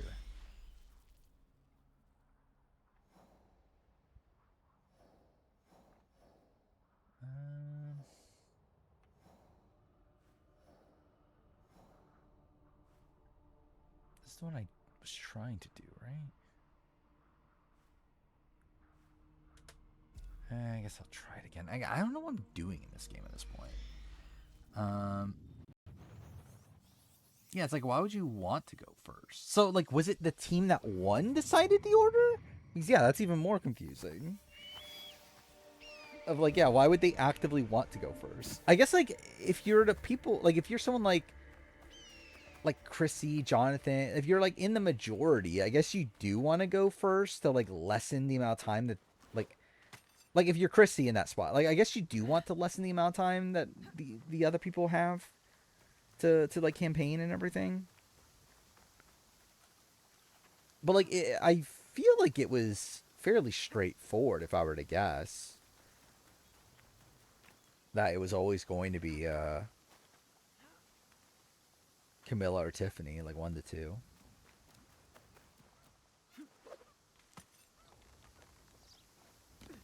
So I'm assuming these are meant to be like platforming sections, right?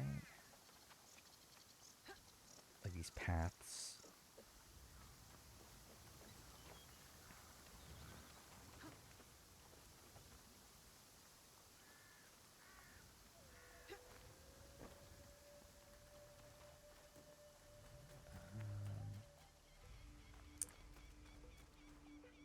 Yeah, I don't get the... Yeah, so did they... Like, did they decide the order of the 3? Because, like, what investment did they have there? Like, why do they care of, like, who goes second, who goes third, also? It just feels weird that they would even allow that to be decided by the players.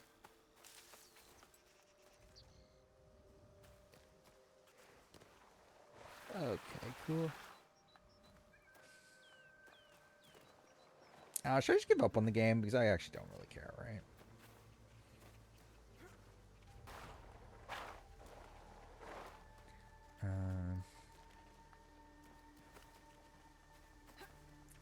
Again, that would mean I don't finish an Assassin's Creed game?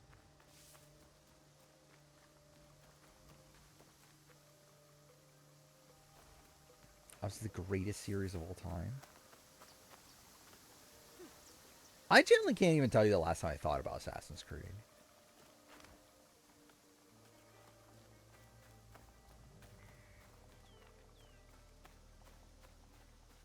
Like, I legitimately just don't actually care anymore. And like, I'll play like Black Flag remake and AC1 remake or whatever, even though I expect them to be shit. But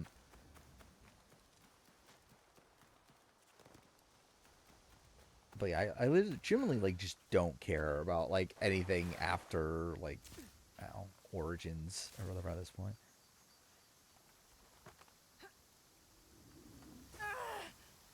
So I think if I were to play a new game, I probably will still like. I'll probably play what, Like a Dragon, Pirate Yakuza, whatever the fuck that is.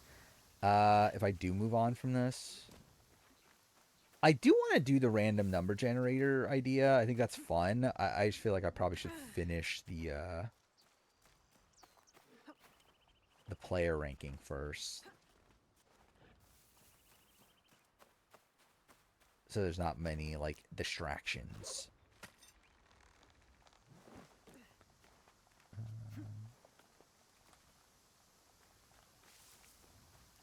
I wouldn't be opposed to like just doing RNG for most things I play. In terms of off stream or on stream, I mean, for what I play on stream. Because there's not much yeah, I don't really know what I'm doing with like video game videos and stuff at this point. So I don't really have like things I need to play anymore. So it's like I'm kind of like I have just so much shit in my backlog at this point that I'm like I'm kind of just willing to just play whatever.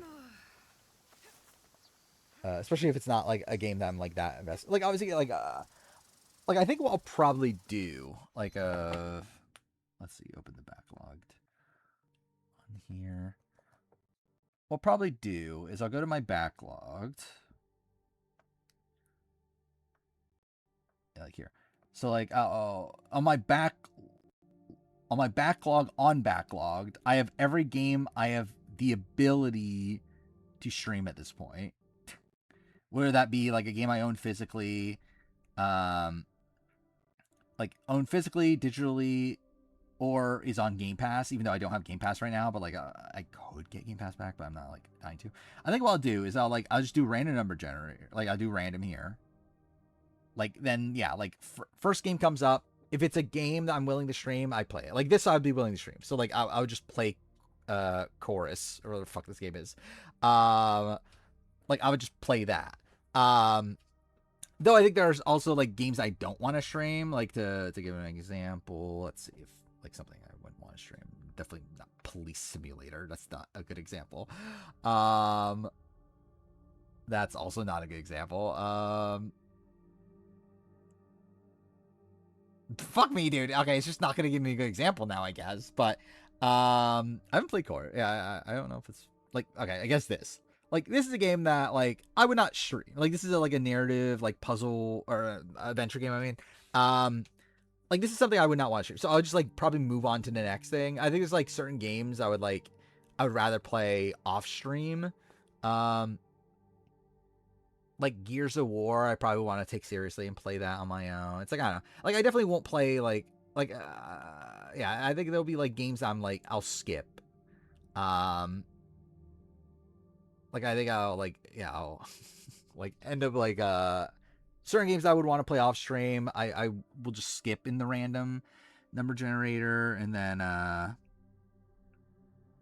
also it's like if it's on Game Pass and I only have it on Game Pass, I might just skip it for like because I just don't feel like getting Game Pass right now.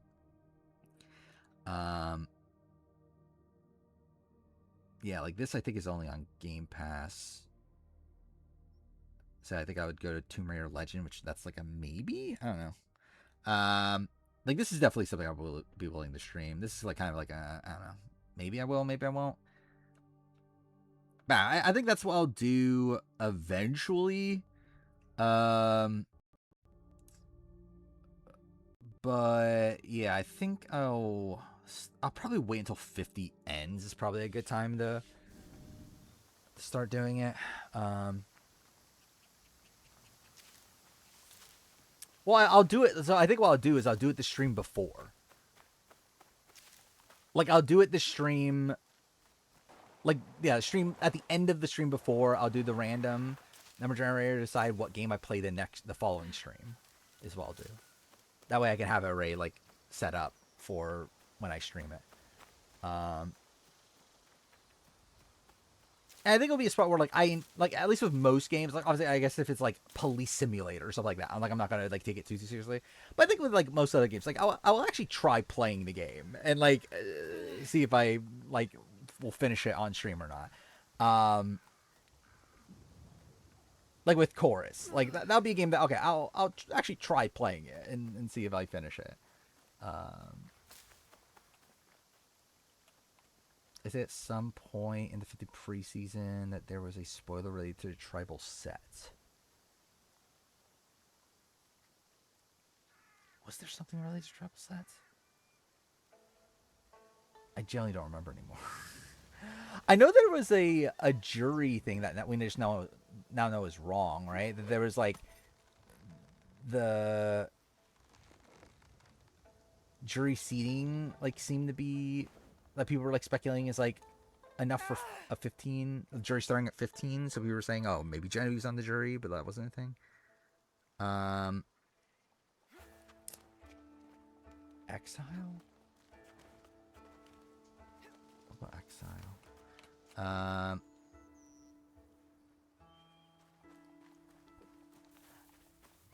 Yeah, I guess Big Brother's also gonna be kind of weird. I don't know. I think it's like I think right now, obviously, like I'm spending like a good chunk of stream on like player ranking slash like I guess really like yeah like the power ranking slash player ranking stuff.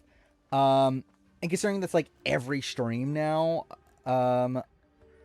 it's probably not a good time for. I think once we get like even to Big Brother season, I actually was thinking about this. I think Big Brother season I might even still do power rankings that I post on the main channel. But it'll probably be like a it'll probably be on like the Sunday stream. I think it's probably what I'll end up doing there. But I think once we get the ranking of every Survivor player done, there'll at least be like one stream where there isn't like this thing kind of clogging up the entire stream. I think that's probably when I'll start doing it. We knew there was Exile because there wasn't enough seats for this tribal. Is that what we're talking about? Because I didn't even know that was the thing.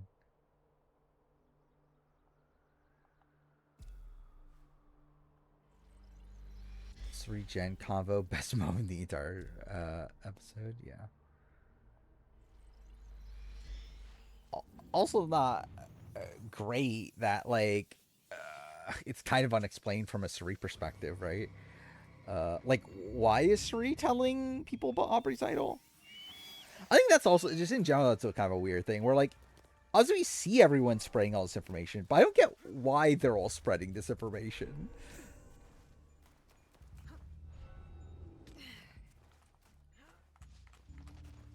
Like, at least with Aubrey... Okay, all right, let me think this through. So, like, with Aubrey's idol, I guess they all knew because of Emily, right? But, like, how did everyone know about Ozzy's idol? Oh, I guess Genevieve... Okay, I actually forgot about that. The Genevieve and like, Genevieve's Alliance, like, that group all knew about it, right? So, I guess that entire, like, tribe, for the most part, would know about Ozzy's idol. So, I guess that would be fairly open information, too.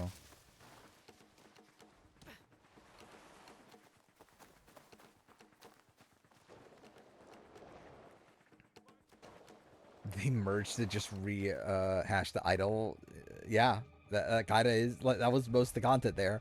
It was essentially that, and then Ozzy, Rizzo, Suri coming together.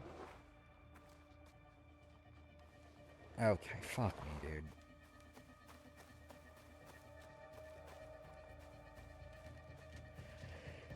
dude. What's that Reddit post? Oh, I'm so tired. I haven't really talked about this since like on this stream, but yeah, generally I've been taking things pretty like slow since last stream. Like I've been on vacation. Like technically my vacation's like what, like about halfway through. But yeah, I've been working on the Rumo video, but I haven't been like I've kind of been also taking some time to kind of just chill. Like I've been getting up like fairly late most days. And also I think like what, like Monday and Tuesday I took a nap. So that's something.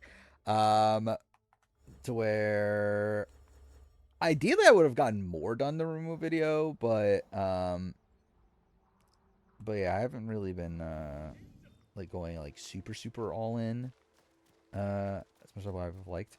But yeah, tomorrow I will make the mid-season power ranking. For what's, oh, I forgot that was the thing. But yeah, I'll make the mid-season power ranking. Try to get it done by the end of tomorrow, and then yeah, back to the Rumo video after that. Yeah. Also, I did yeah, I spent all of Sunday. Yeah, that was Sunday. Playing Life Strange Reunion. I should say all day because like I didn't start until like 4 p.m. But essentially from 4 p.m. until 4 a.m. Outside of me like taking a break to like eat and that sort of thing, I spent that entire day playing Life is Strange Reunion. Like that entire period of time, I should say.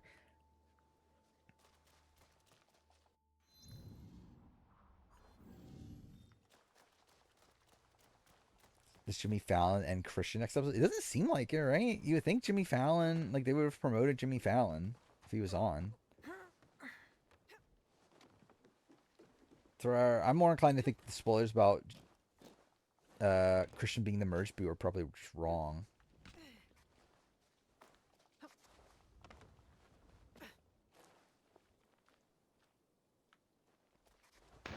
Where's this other shrine thing I'm meant to do? I don't get the side content in this game. Like, what am I meant to do?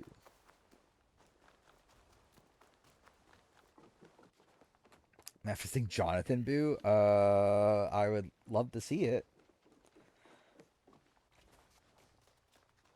Generally, I think if it was edit-wise, I think I would be leaning, like, Suri, Ozzy, Joe Final 3 right now. With, like, Ozzy being, like, the Brad Culpepper, like, kind of figure of the season. But, like, they did set up an Aubrey-Jonathan relationship in this episode, which is interesting.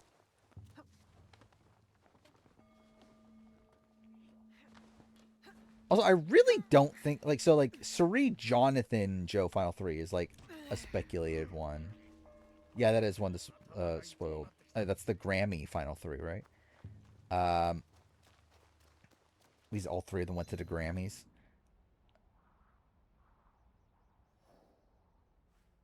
I think that's the one that Survivors Unite was talking about. No Aubrey Joe content. Kalo is bad. Yeah. But we also haven't had any real, like, Suri Joe content. Or Ozzy Joe content. Like, really, most of Joe's content is with, what, Coach? And, like, Devins, but in a negative way? Coach, Rick, Jonathan, Final 3? That would be... Actually, it wouldn't be the worst in the world, I guess. As long as Jonathan doesn't win.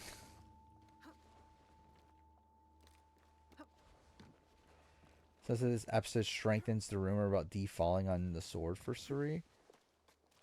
I don't know, does it? I mean, like, clearly Suri and D are close. I don't know if I see, like, D falling on the sword for Suri based on this, though.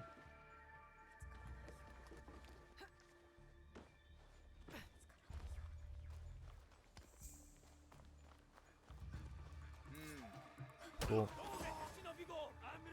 Oh, I didn't kill him? Why didn't I kill? Okay, yeah, cool. Yeah, I think I'm out in this game. I fucking hate this game. I just don't fucking feel like playing this, to be honest. So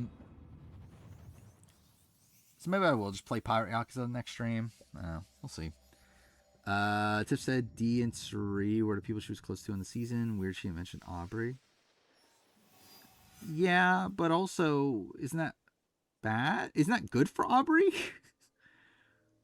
Like, we're saying that post-show she's saying that, right? Which, isn't that good for Aubrey and bad for Suri? That, like, the Suri-Tiffany relationship isn't set up at all, and we did get a set-up Aubrey-Tiffany relationship? You definitely see D feeling like she has no way out. I don't know. I feel like that's D.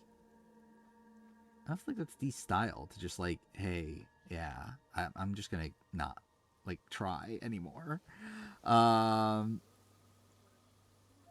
like, I could see her being, like, too loyal to Suri and that causing her downfall. I don't see D being like, yeah, vote me out over Suri.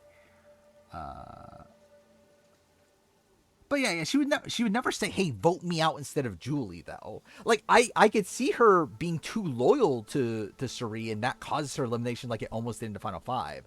I don't see D, like, being like, hey, vote me out. Tiff Aubrey relationship definitely going nowhere. I don't know. I mean, let's see. Rumors are fake to hide D as the next 2-time winner. I'd like to see it.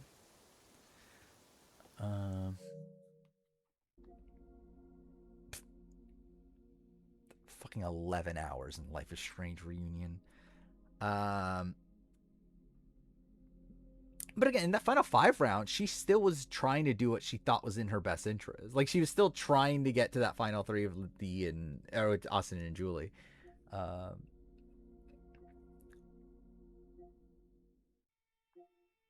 I feel like playing anything else?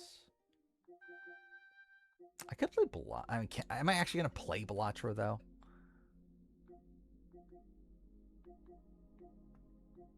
Actually, I never did finish the Astrobot level.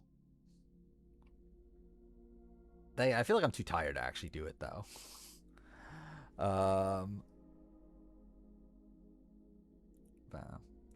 on the season feels weird. Yeah. I think, like, edit-wise, she's still, like, a possible winner, but it's, like, this weird thing of, like, she's, like, constantly on the show, but, like, nothing, like, too deep in it. Play a Trials run. Do I have it installed?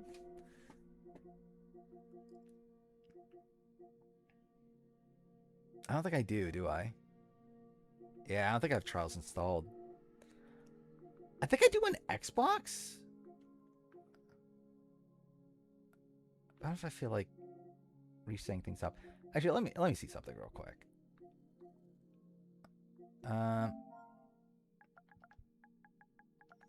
What Trials games do I have on here?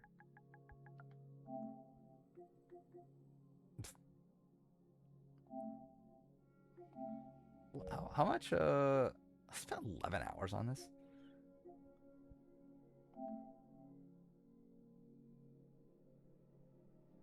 I just want to see how much space this takes.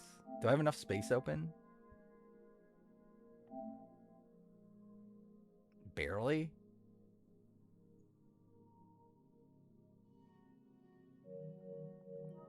I'm definitely actually. I'm like by the time it fucking finishes downloading, like it'll be fucking like 250 or whatever. I'm not gonna bother playing it.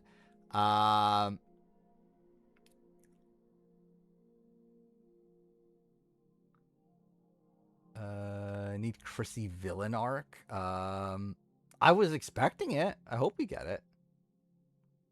Speed? What are we talking about? My internet speed's not that great.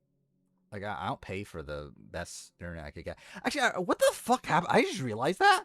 I signed up to, like, have fiber being set up, and that never happened. I totally forgot about that until now. That there's, like, T-Mobile fiber was being, like, set up in my area, and they just, like, never did it. So that's something. I have about the 50th episode. Not good for like not as good as what it was promoted as. T-Mobile are liars seemingly. But yeah, like yeah, because that was the thing. They were gonna like set up my area, and it was gonna be cheaper than the internet I'm currently getting, and also faster. So it's like I was gonna switch, but they just never set it up. At least I haven't heard about them setting it up. So I don't know. Whatever. Maybe at some point. Fucking hate T-Mobile. I do have T-Mobile. Was it mobile? Whatever it's called. Cause of the 50 ending with the glorified version of the 43 Final 3. That would be funny, but like, so who's the is Aubrey the Gabler? Oh. I guess Aubrey is the. I guess if like Genevieve is the Ellie, I guess Aubrey can be the Gabler, right? Then I don't know, is Jonathan the Cassidy then? Like Joe is the Owen.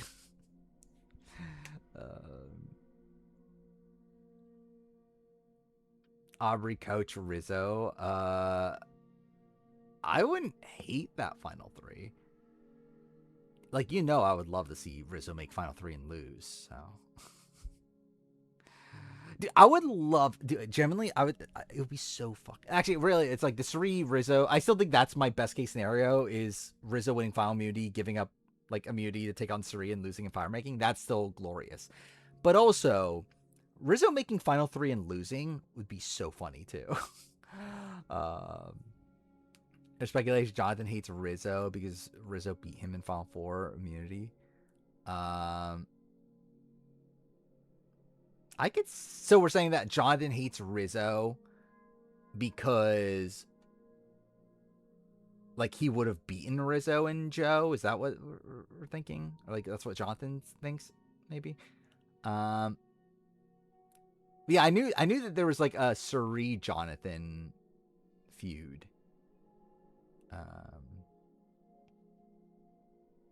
Everyone hating on Gabri too much, obviously. How dare people hate on Gabri? Can I reach? God damn it, I can't reach it. I was gonna try to get because I do own. What should I play? Astrobot or Balatro? Which one's? I think I'll try Astrobot. I have to actually take off the headset because it doesn't fucking reach far enough. If only I actually could find. Dude, I don't know if you can hear me right now, but either way, my shelves are so fucked because I haven't bothered reorganizing stuff since the. Okay, there we go. Cool. Yeah, I haven't like bothered reorganizing stuff since the collection video, like the last pickup video. Like literally, shit's still in the same spot I left it at. So I just have games all over the place. And I haven't like put any of the stuff I bought in the last few months on the shelves yet. Alright, there we go. What even was Colby's comment on yeah, that was kind of a weird thing too, right? Yeah, he was talking about I guess they just like really bonded. I mean like they did play the entire game together. Oh, I didn't change the category.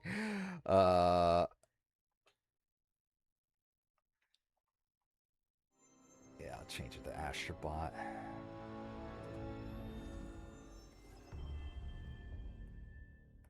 That's. Oh yeah, potential ad. I guess that's kind of too late. I'll put chat on screen. It doesn't really matter, right? It's not like I'm using this footage. The question is, am I ever using any footage ever at this point? Where's that one level?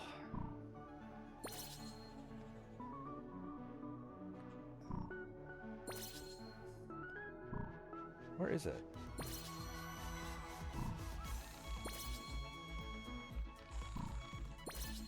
Am I losing? What the fuck is it? Like the one level I didn't do?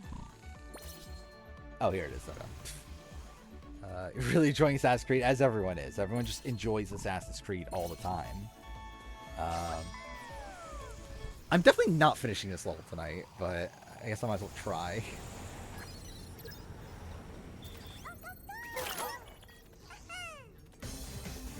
If only I actually remember the controls.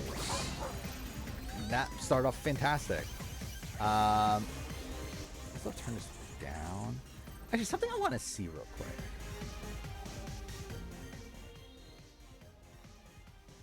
I generally don't understand how.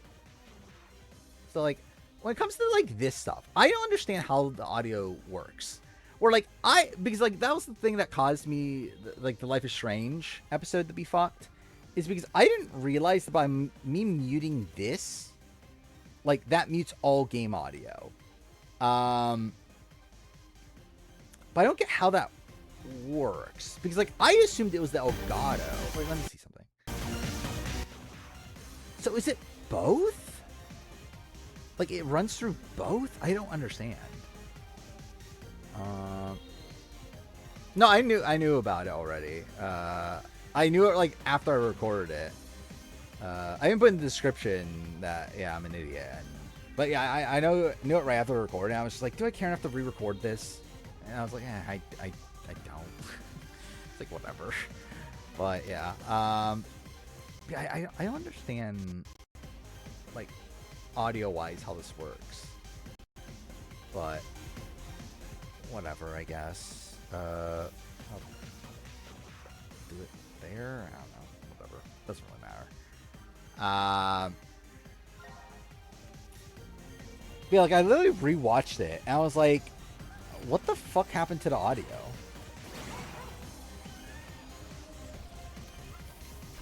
How do you kill these guys again? Oh, okay. Cool. Yeah, again, I'm not making any progress in this tonight. There's no fucking way. Oh, cool. Chloe's voice acting so bad in Reunion. I mean, I think all the voice acting in Reunion is pretty bad. But yeah, it's like it doesn't sound like Ashley Birch at this point. Which like it's like I don't remember it sounding that bad in Before the Storm. He's like it's the same voice actress, like it's the same one that's played Chloe in Before the Storm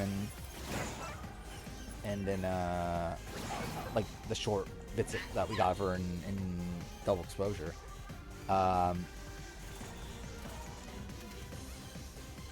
But yeah, I don't remember her sounding that bad. Cool. Yeah, there's no fucking way I'm getting any progress on this tonight.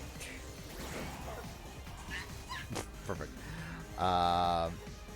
Coach hates Rizzo bad. Yeah, that's also the thing. Which, like, I assume it's just that Coach, or that Rizzo turns on the old schools, right? Which, like, that was the thing speculated at on the at the RGP event. Oh wait, do I have to kill those? I do have to kill those, don't I? God damn it.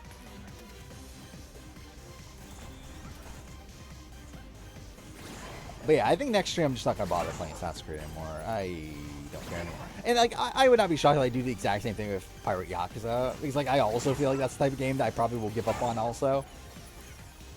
But I'll probably try it out next stream.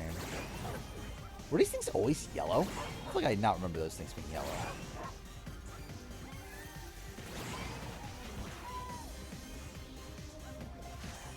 Perfect.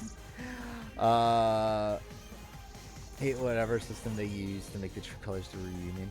Yeah, yeah, graphically it looks a bit weird, especially because like it's weird because like you could tell they put more work into like Max than they did any other character. It's like Max, it's like her hair and everything. It's like you could tell there's like more like they bothered like animating stuff more of Max, where like most other characters just feel so stilted in comparison. But like it's still funny that like Moses looks like a character from like Fortnite or something. Like he doesn't feel like he's like part of the game. Oh fuck me, dude.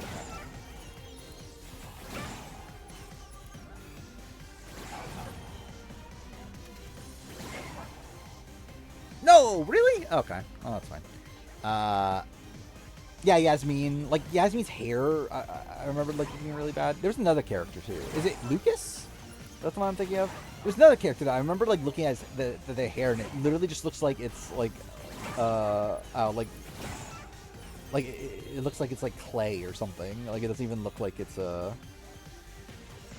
real hair or anything that moves. Okay, cool.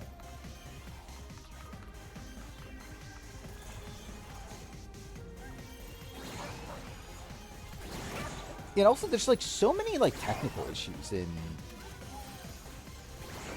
these games too. Like I feel like I didn't remember there being that many in True Colors, but like in Double Exposure and Reunion there definitely are a lot.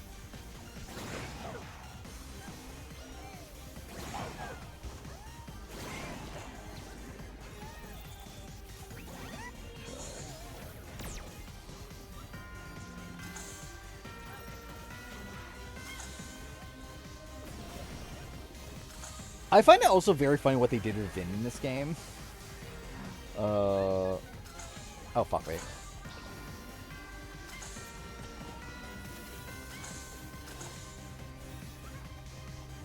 Like, in general, I find it so strange. Like what they did with Vin, like, what they did with Vin is insane. Like, generally, like, the fact that, and I guess, like, he was, like, kind of a weird, like, figure in the original game, too.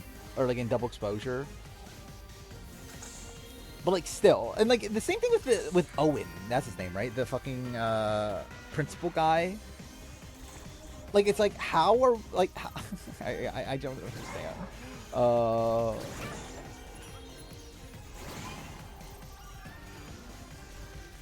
And like even Yasmin, it's like considering like the Yasmin of it all. It's like how is she still even allowed to be at Caladon?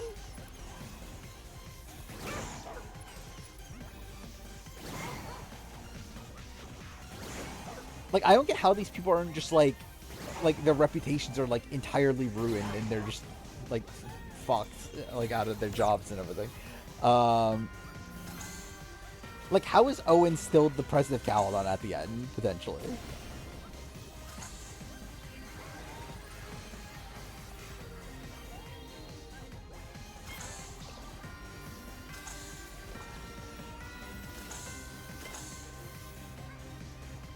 Thinking Gen Q was likely to come back. Yeah, I think Q then Genevieve, but yeah, I think those are the top two. Then yeah, I probably.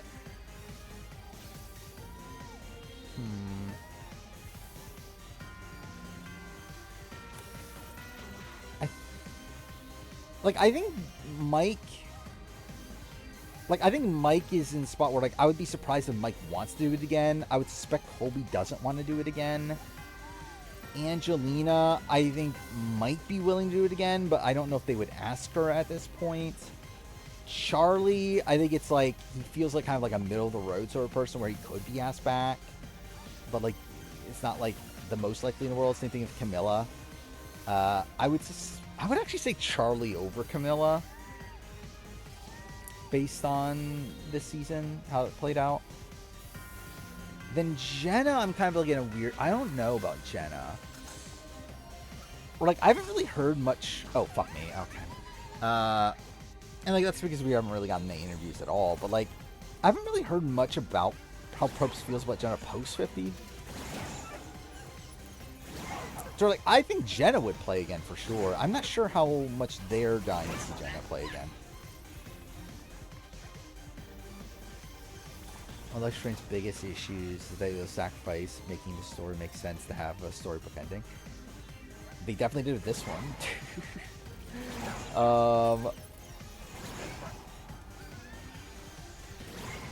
Like, I want to know what the original plan for this game is, because it's very clear that this wasn't the original plan.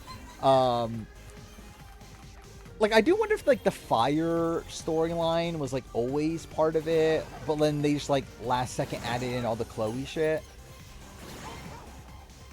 Oh, fuck me, okay.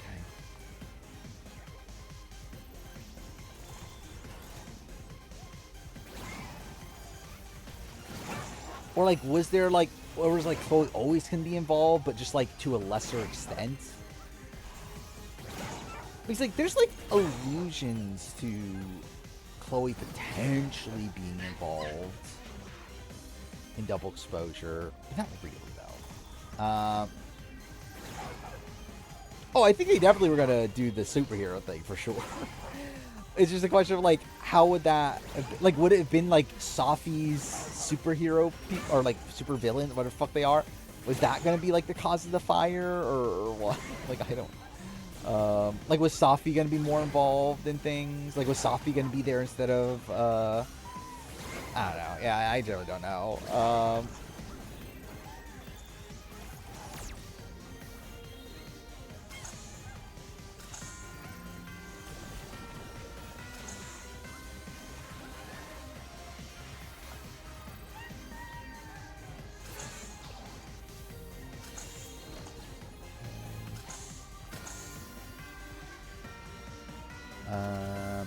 I mean, I assume they had a plan. Like, we know that, like, or at least based on the, like, the initial leaks and everything from when Double Exposure was leaked. Like, I believe it was meant to be a trilogy.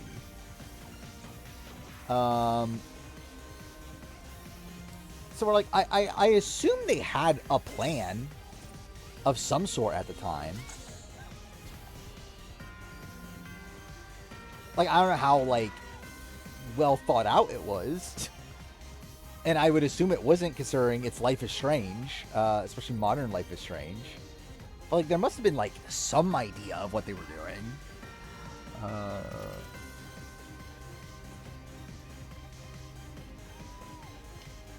They want Chloe back so bad. I don't know why the fuck they can just keep making the comic cheaper. Because they need to sell the game.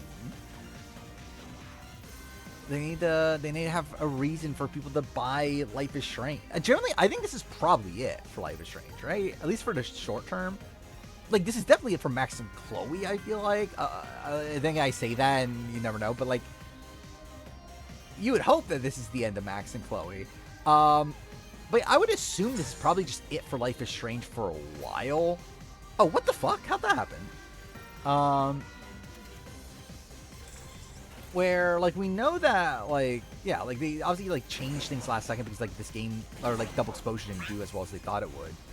And, like, we know True Colors bombed. That's kind of why they brought back Max to begin with. They were, like, I would think that they're probably just done after this, right? Like, I think the only, like, if I were to guess, I would say the only reason they even made this is because they were already, like, at the start, like, they already started developing it, and they were at the point where it's like, well, we might as well, like, not, like, we might as well do something with this. But then just, like, added in Chloe last second to try to, like, get people to buy it because it's Chloe. Oh, Deck 9, and yeah, also, that's also the thing, is that Deck 9 is, like, kind of fucked at this point, too. Where, like, they laid off a whole bunch of people, they have a whole bunch of allegations against them, so we're like, yeah, I would think that this is probably just the end of, like, modern Life is Strange. Like, I would expect, like, they'll probably reboot it in some way, maybe after, like, a few years, or, like 5 to 10 years. But yeah, I would think that this is probably the last one for a while, at least. Which I think is for the better anyway.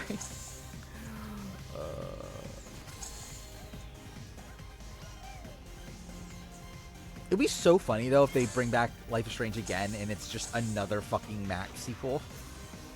God damn it. Oh, okay. Well, that was really stupid of me.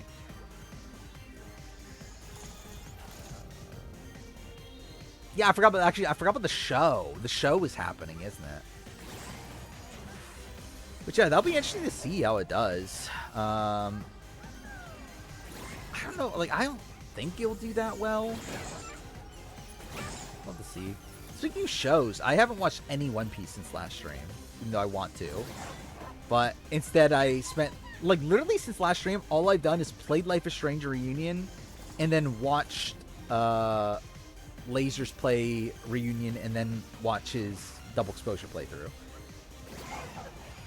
Oh, and I watched Lisa Bourne watching Amazing Race. She's was watching the finale of 25 when I started streaming. But yeah, I haven't watched any One Piece in like a week at this point, which I really want to. I actually want to go back to it, but I need to get caught up on this other shit. I need to watch Dwight Spool and the Clock Tower streams. I haven't watched any of them from last week.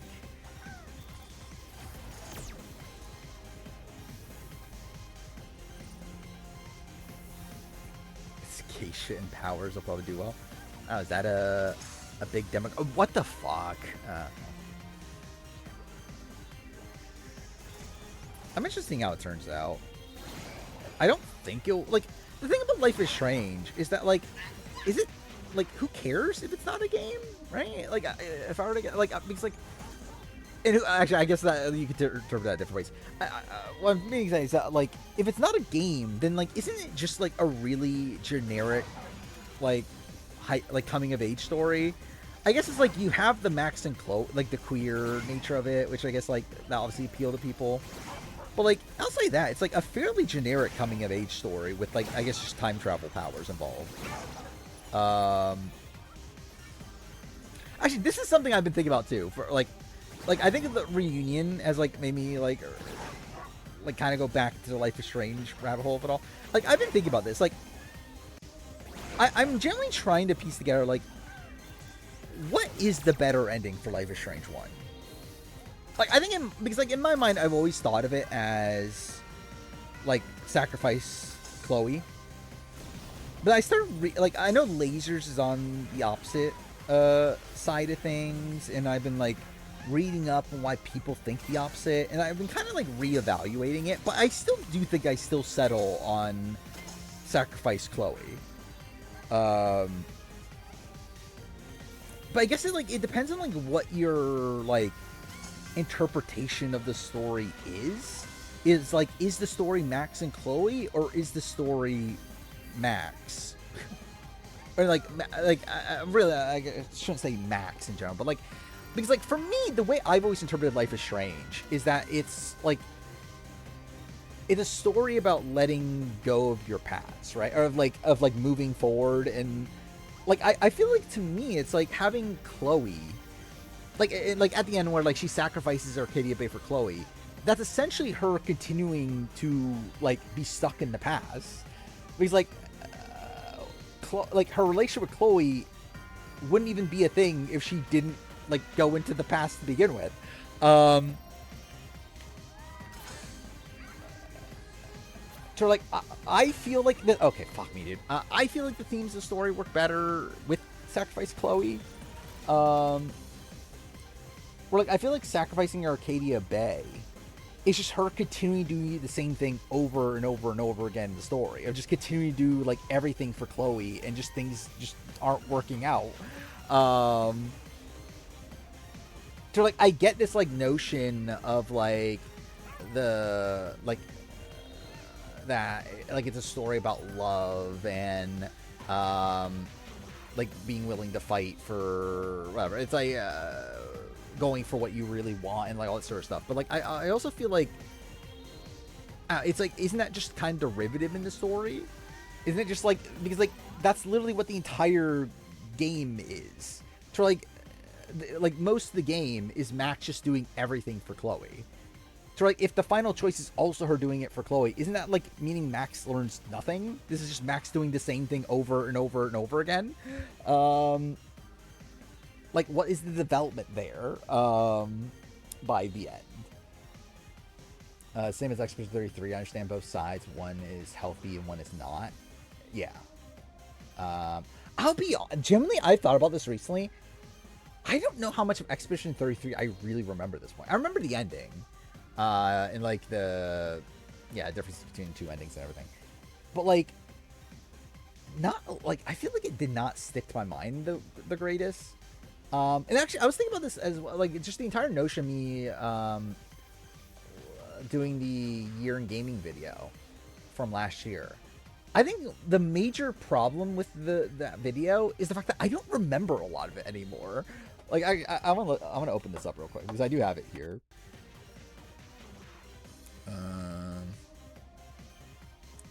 Like the list of games I played from last year. Yeah, it's like I remember I liked it and it's very good. I just don't have like the greatest like memory of like. Okay, this is like open. Anyway, I don't have the greatest memory of like each story beat or anything. Dude, this is just not opening. There we go. Fuck me, that took forever to open up fucking Microsoft Word. There, I think it finally stabled out. Anyway, I have this. So like I created like a chart of like all the games I played from the year of 2025. And it's like genuinely I don't remember that much of my thoughts on like Return to Grace. Like even Metaphor at this point. Like I know I love Metaphor. And like I do remember like certain aspects of it, but like I don't remember like the in-depth and like I have an entire video on Metaphor that I recorded. I don't know when I'll ever get around to editing, but like still it's like I don't remember that much. Like generally Lost Records, I don't remember almost at all anymore. Like it was okay. Like it wasn't great. It was like very like I don't know, like slightly above average. But like I could not tell you like that much about like the overall narrative of Lost Records. So I don't know. I think that's kind of an issue with this video. We'll see if I still end up putting it together. And when. We're 1/6 chance away from Joe being a preacher. It would have been great. Actually, wait, what the fuck was Joe doing? Now, I think I'm done with Astropod at this point too. Fuck this. Actually, we'll do that. But yeah, with I didn't actually think about that with Joe. Why is Joe voting for Mother Beef in that spot? Because if Genevieve's Shot in the Dark hits, he's gone. Like, why didn't he vote for like who are the other options? It was what? Rick, Christian, Aubrey. So I guess in probably in that spot you vote Rick. But yeah, like, what the fuck was he doing? Like he almost went home. Like I mean, I guess not almost because it's a 1/6 chance, but still, like if Genevieve hit Shot in the Dark, then like he's going home. So like what the fuck was that? Like I get the notion of like, okay, I need to stay, like these people think I'm with them, so like I'm gonna vote with them and not piss them off, but like also it's like you're putting yourself in a lot of danger there. I guess that is playing with honor and integrity. Is there a world where Christian tries to flush Aubrey's idol to get it back? I think if he were to, he would have done it now. And like I'm maybe like way down the road, but I don't think like in the immediate future. And I think like I wouldn't expect Christian to be in it long enough to do that. But yeah, I think if he were to, I guess she did threaten playing it, so I guess that's kind of the issue, right? I think Aubrey's the most likely winner again. This episode made me lean back to Suri. I was thinking so I've been on the Suri bandwagon for a while. Last episode, or like last couple episodes, I've been like shifting back towards Aubrey, or like it was about 50-50. This episode, I think I'm back more towards Suri. But I still think there's doubts. They definitely are. Like, I think from a pure spoiler perspective, I would feel the Aubrey stuff has more legs. I think from like alumni-based reaction, from edits, I think I would lean more Suri because of that stuff. And considering there also is other like spoiler stuff that might lead to Suri, it's like I don't know. I think I would give the edge to Suri, but it's definitely not like it's not a done deal to me. Genevieve could have been better off to get Christian to get out Aubrey so he can get Zyro back. Yeah, but what's interesting about that is that like Genevieve doesn't know Christian is the one to even find, because like in her mind it's Devon's, right? So I guess she should be pushing Devon's, but I assume she probably just had a better relationship with Christian than Devon's.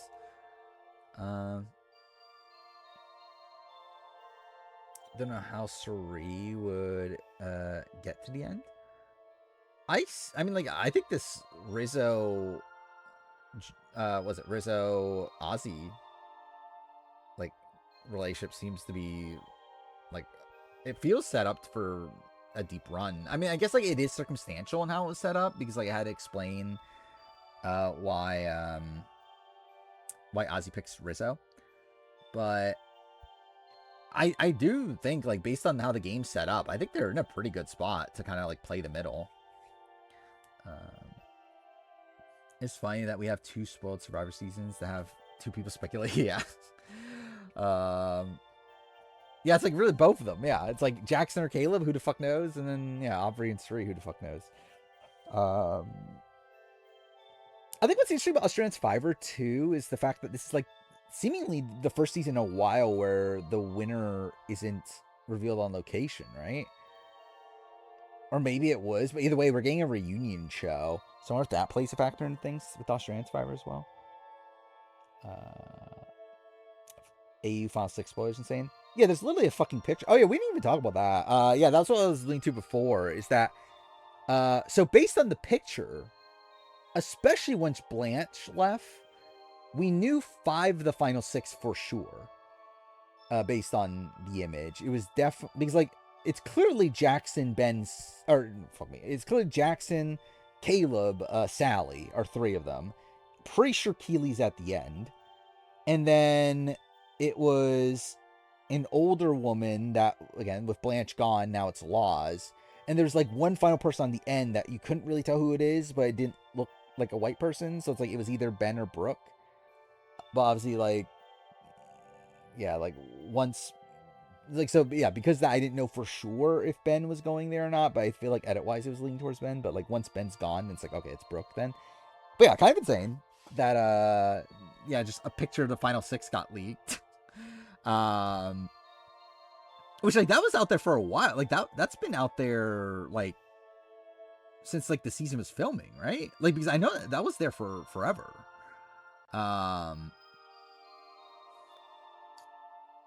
So yeah, it's like yeah, pretty sure. So that means Cam goes next, right? So I assume Cam finally makes his big move.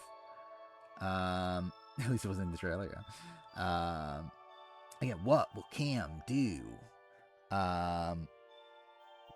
Generally, what will Cam do? Like how what's the most likely outcome for this next round? It probably just like, does Brooke idle him out? I guess there's a chance of that. Also could just be the women get together. But then again, like, why vote out Cam in that spot? Especially when like, it doesn't seem like anyone's threatened by him. Like this episode, it's like they're targeting Caleb instead of him. It's like I don't know if it's safe. Generally, oh yeah, that was the thing. Also, I actually I spent most of the episode thinking we were going to Rocks. Because I was thinking, well, this was probably, because I could see the image right now. Like, okay, this is how the game plays out. Like, Cam goes out from Rocks, because who the fuck is voting out Cam? And then next round, it's just like Jackson or someone flips and votes out, like, Simon. And then after we get to the final 6, we knew. Like, so, like, I was kind of thinking through this episode that, okay, we're definitely going to, like, it seems likely we're going to get Rocks, because that will explain how Cam goes home. But now it's in a spot where, like, Simon goes home, which also was, like, viable. But, like, yeah, how the fuck does Cam go home next? Is kind of the funny thing. Because, like, I don't know why people are wasting their time voting out Cam. But I guess we'll have to see. I had a funny trajectory of this episode, though. with the rocks of it all. Because I spent most of the episode thinking we were going to rocks. Then we got to the tribal. And I was like, I don't know, is there enough time for rocks? Where I kind of got convinced out of it.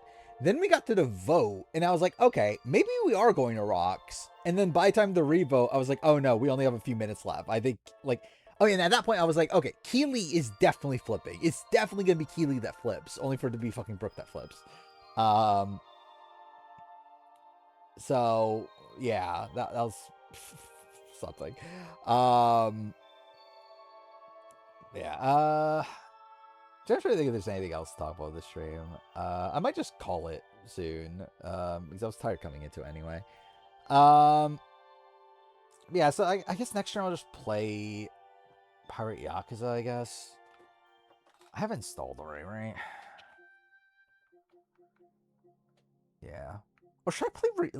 I actually would not... I don't know, should this be the next daytime stream, or should I play it on stream? Like, should I platinum Life is Strange Reunion now, or should I do it for next daytime stream? I think I might save it for daytime stream. Yeah, I think I'll play Pirate Yakuza. Well, Neff's gonna be devastated one day. Yeah. Generally, I was thinking about that because I spent most of the episode thinking, oh, well, Neff's finally getting his rock draw, and then it just still doesn't happen. I find it funny just how, like, just the entire thing about rocks with Will Knapp is kind of funny. Make me hear that voice act for 12 straight hours. I mean, again, just wait until I start speedrunning Life is Strange again. Like, I do need to get my True Colors record back. Actually, I want to look this up real quick. What are the others? How long are the speedruns for... Actually, no, we'll keep on this for now. How long are the speedruns for Life is Strange?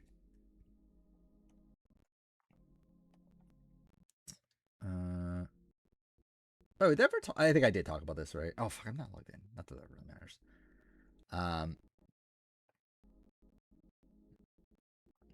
But, yeah, I did get... I am the official world record holder in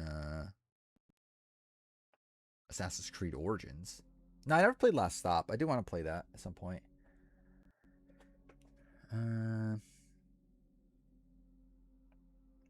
not that one. Not that one. Which one is it? This one? Cool. Yeah,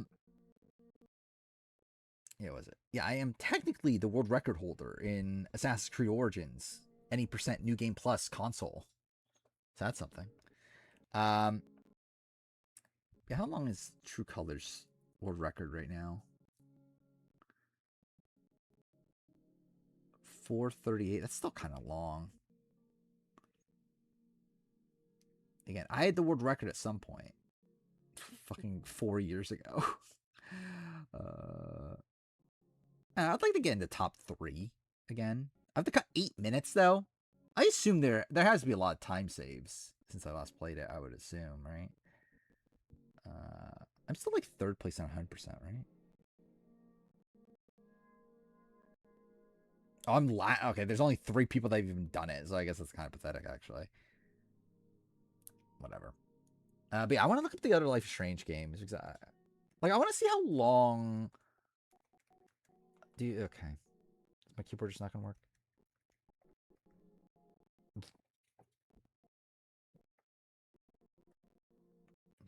There we go. I had all the True Colors records at a point.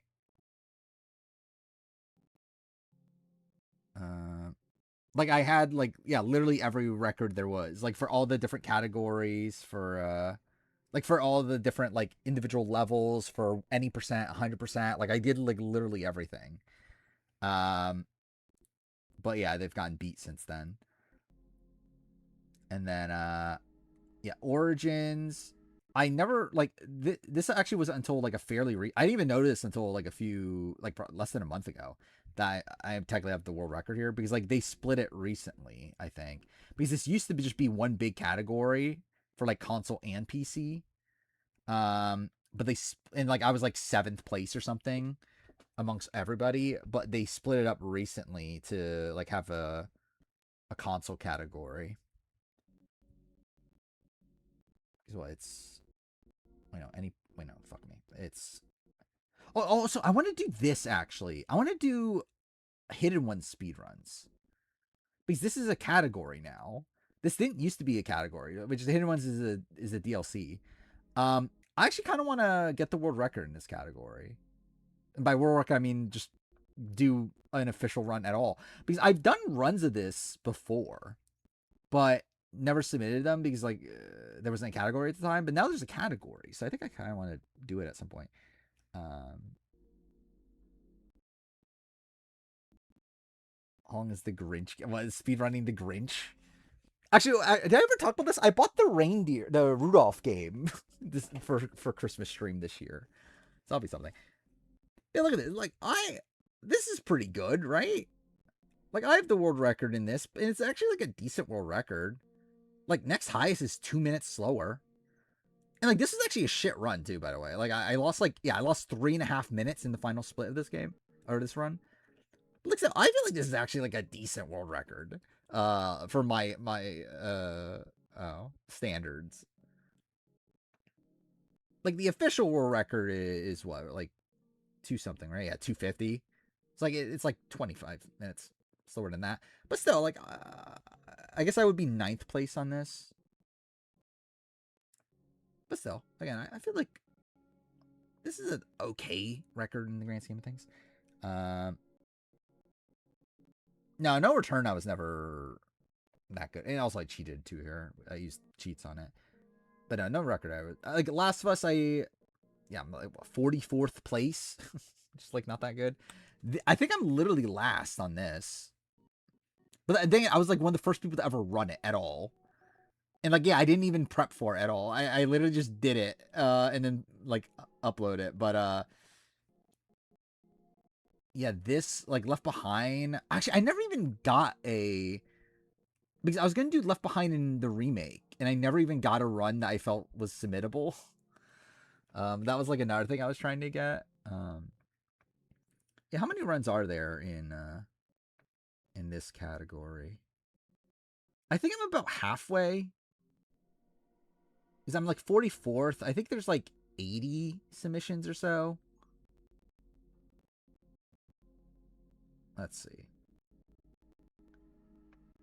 Oh, I guess not. Okay, no, I just kind of suck. 69? 69. That could be worse, but also could be a lot better.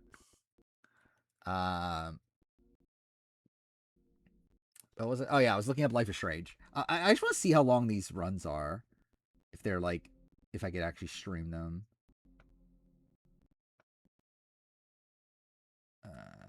Let's see. How long is Life is Strange 1? 5 hours? Yeah, that's kind of annoying, isn't it? Which I know True Colors, like True Colors is like 440 something, right? Really, the remaster's slower? I wonder what they did in the remaster, make it slower. Life is Strange. Actually, there's no fucking way I'm ever doing a Life is Strange 2 speedrun. Double Exposure. Dude, Double Exposure's that long? That feels miserable. But also that would be just very funny, though. No one's done a 100% Double Exposure speedrun? I assume there's no Reunion runs yet, right? Yeah, open 7 days. I'm interested in seeing how long Reunion is. Because Reunion's a fairly short game, right? Like, even playing it casually, it was like 10 hours. So maybe Reunion would be worth speedrunning. Guess we'll see. Actually, what was the category extensions? Oh, I didn't even look at fucking Before a Storm, but I guess that's kind of apt. What was Before a Storm? 4.5. Even Before a Storm's that long. Oh, I forgot. I was going to do Captain Spirit. I genuinely forgot about that. I was going to speedrun Captain Spirit because that would have just been really funny. Because, like, the entire speedrun is just you waiting. It's like you skipping all the dialogue options at the beginning and then you just wait. So So that would be very funny. Kiss percent? What's kiss percent?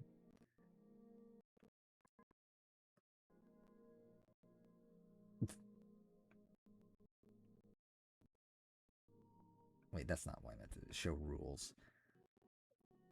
What kiss?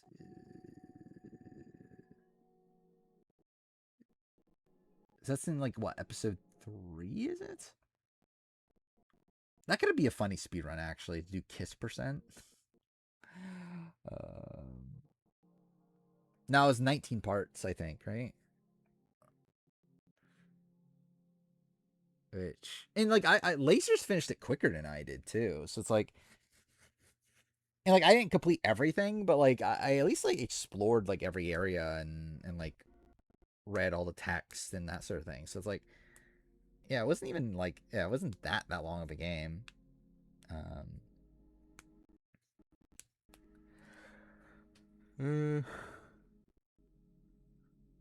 Yeah, I think. Oh, did I hit the 4-hour mark? Oh, okay. I was kind of thinking this might end up being less than 4 hours. Yeah, all right. I think I'll probably just call a night here. I will be back on Sunday. I guess that's Easter, isn't it? But yeah, between now and then, I don't have, like, I'll make the mid-season power ranking. Outside that, I don't have anything like really going on. Like on Easter, I'll probably spend time with family. We'll see.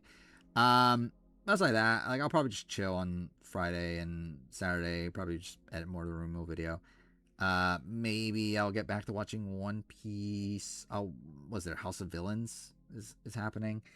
Yeah, not too much happening between now and next stream. We'll continue the player ranking. I guess I'll start Pirate Yakuza. We'll see how that goes. Binging Legend of Korra. I always wanted to get, again, I wanted to get into Avatar and Legend of Korra and that sort of stuff. I just never did. Maybe I should try it again after I finish One Piece, whenever that is.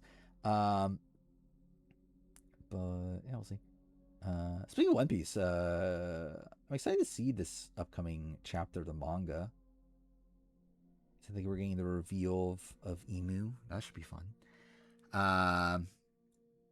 But yeah, I'll end here. We'll be back on Sunday. So see you guys next time.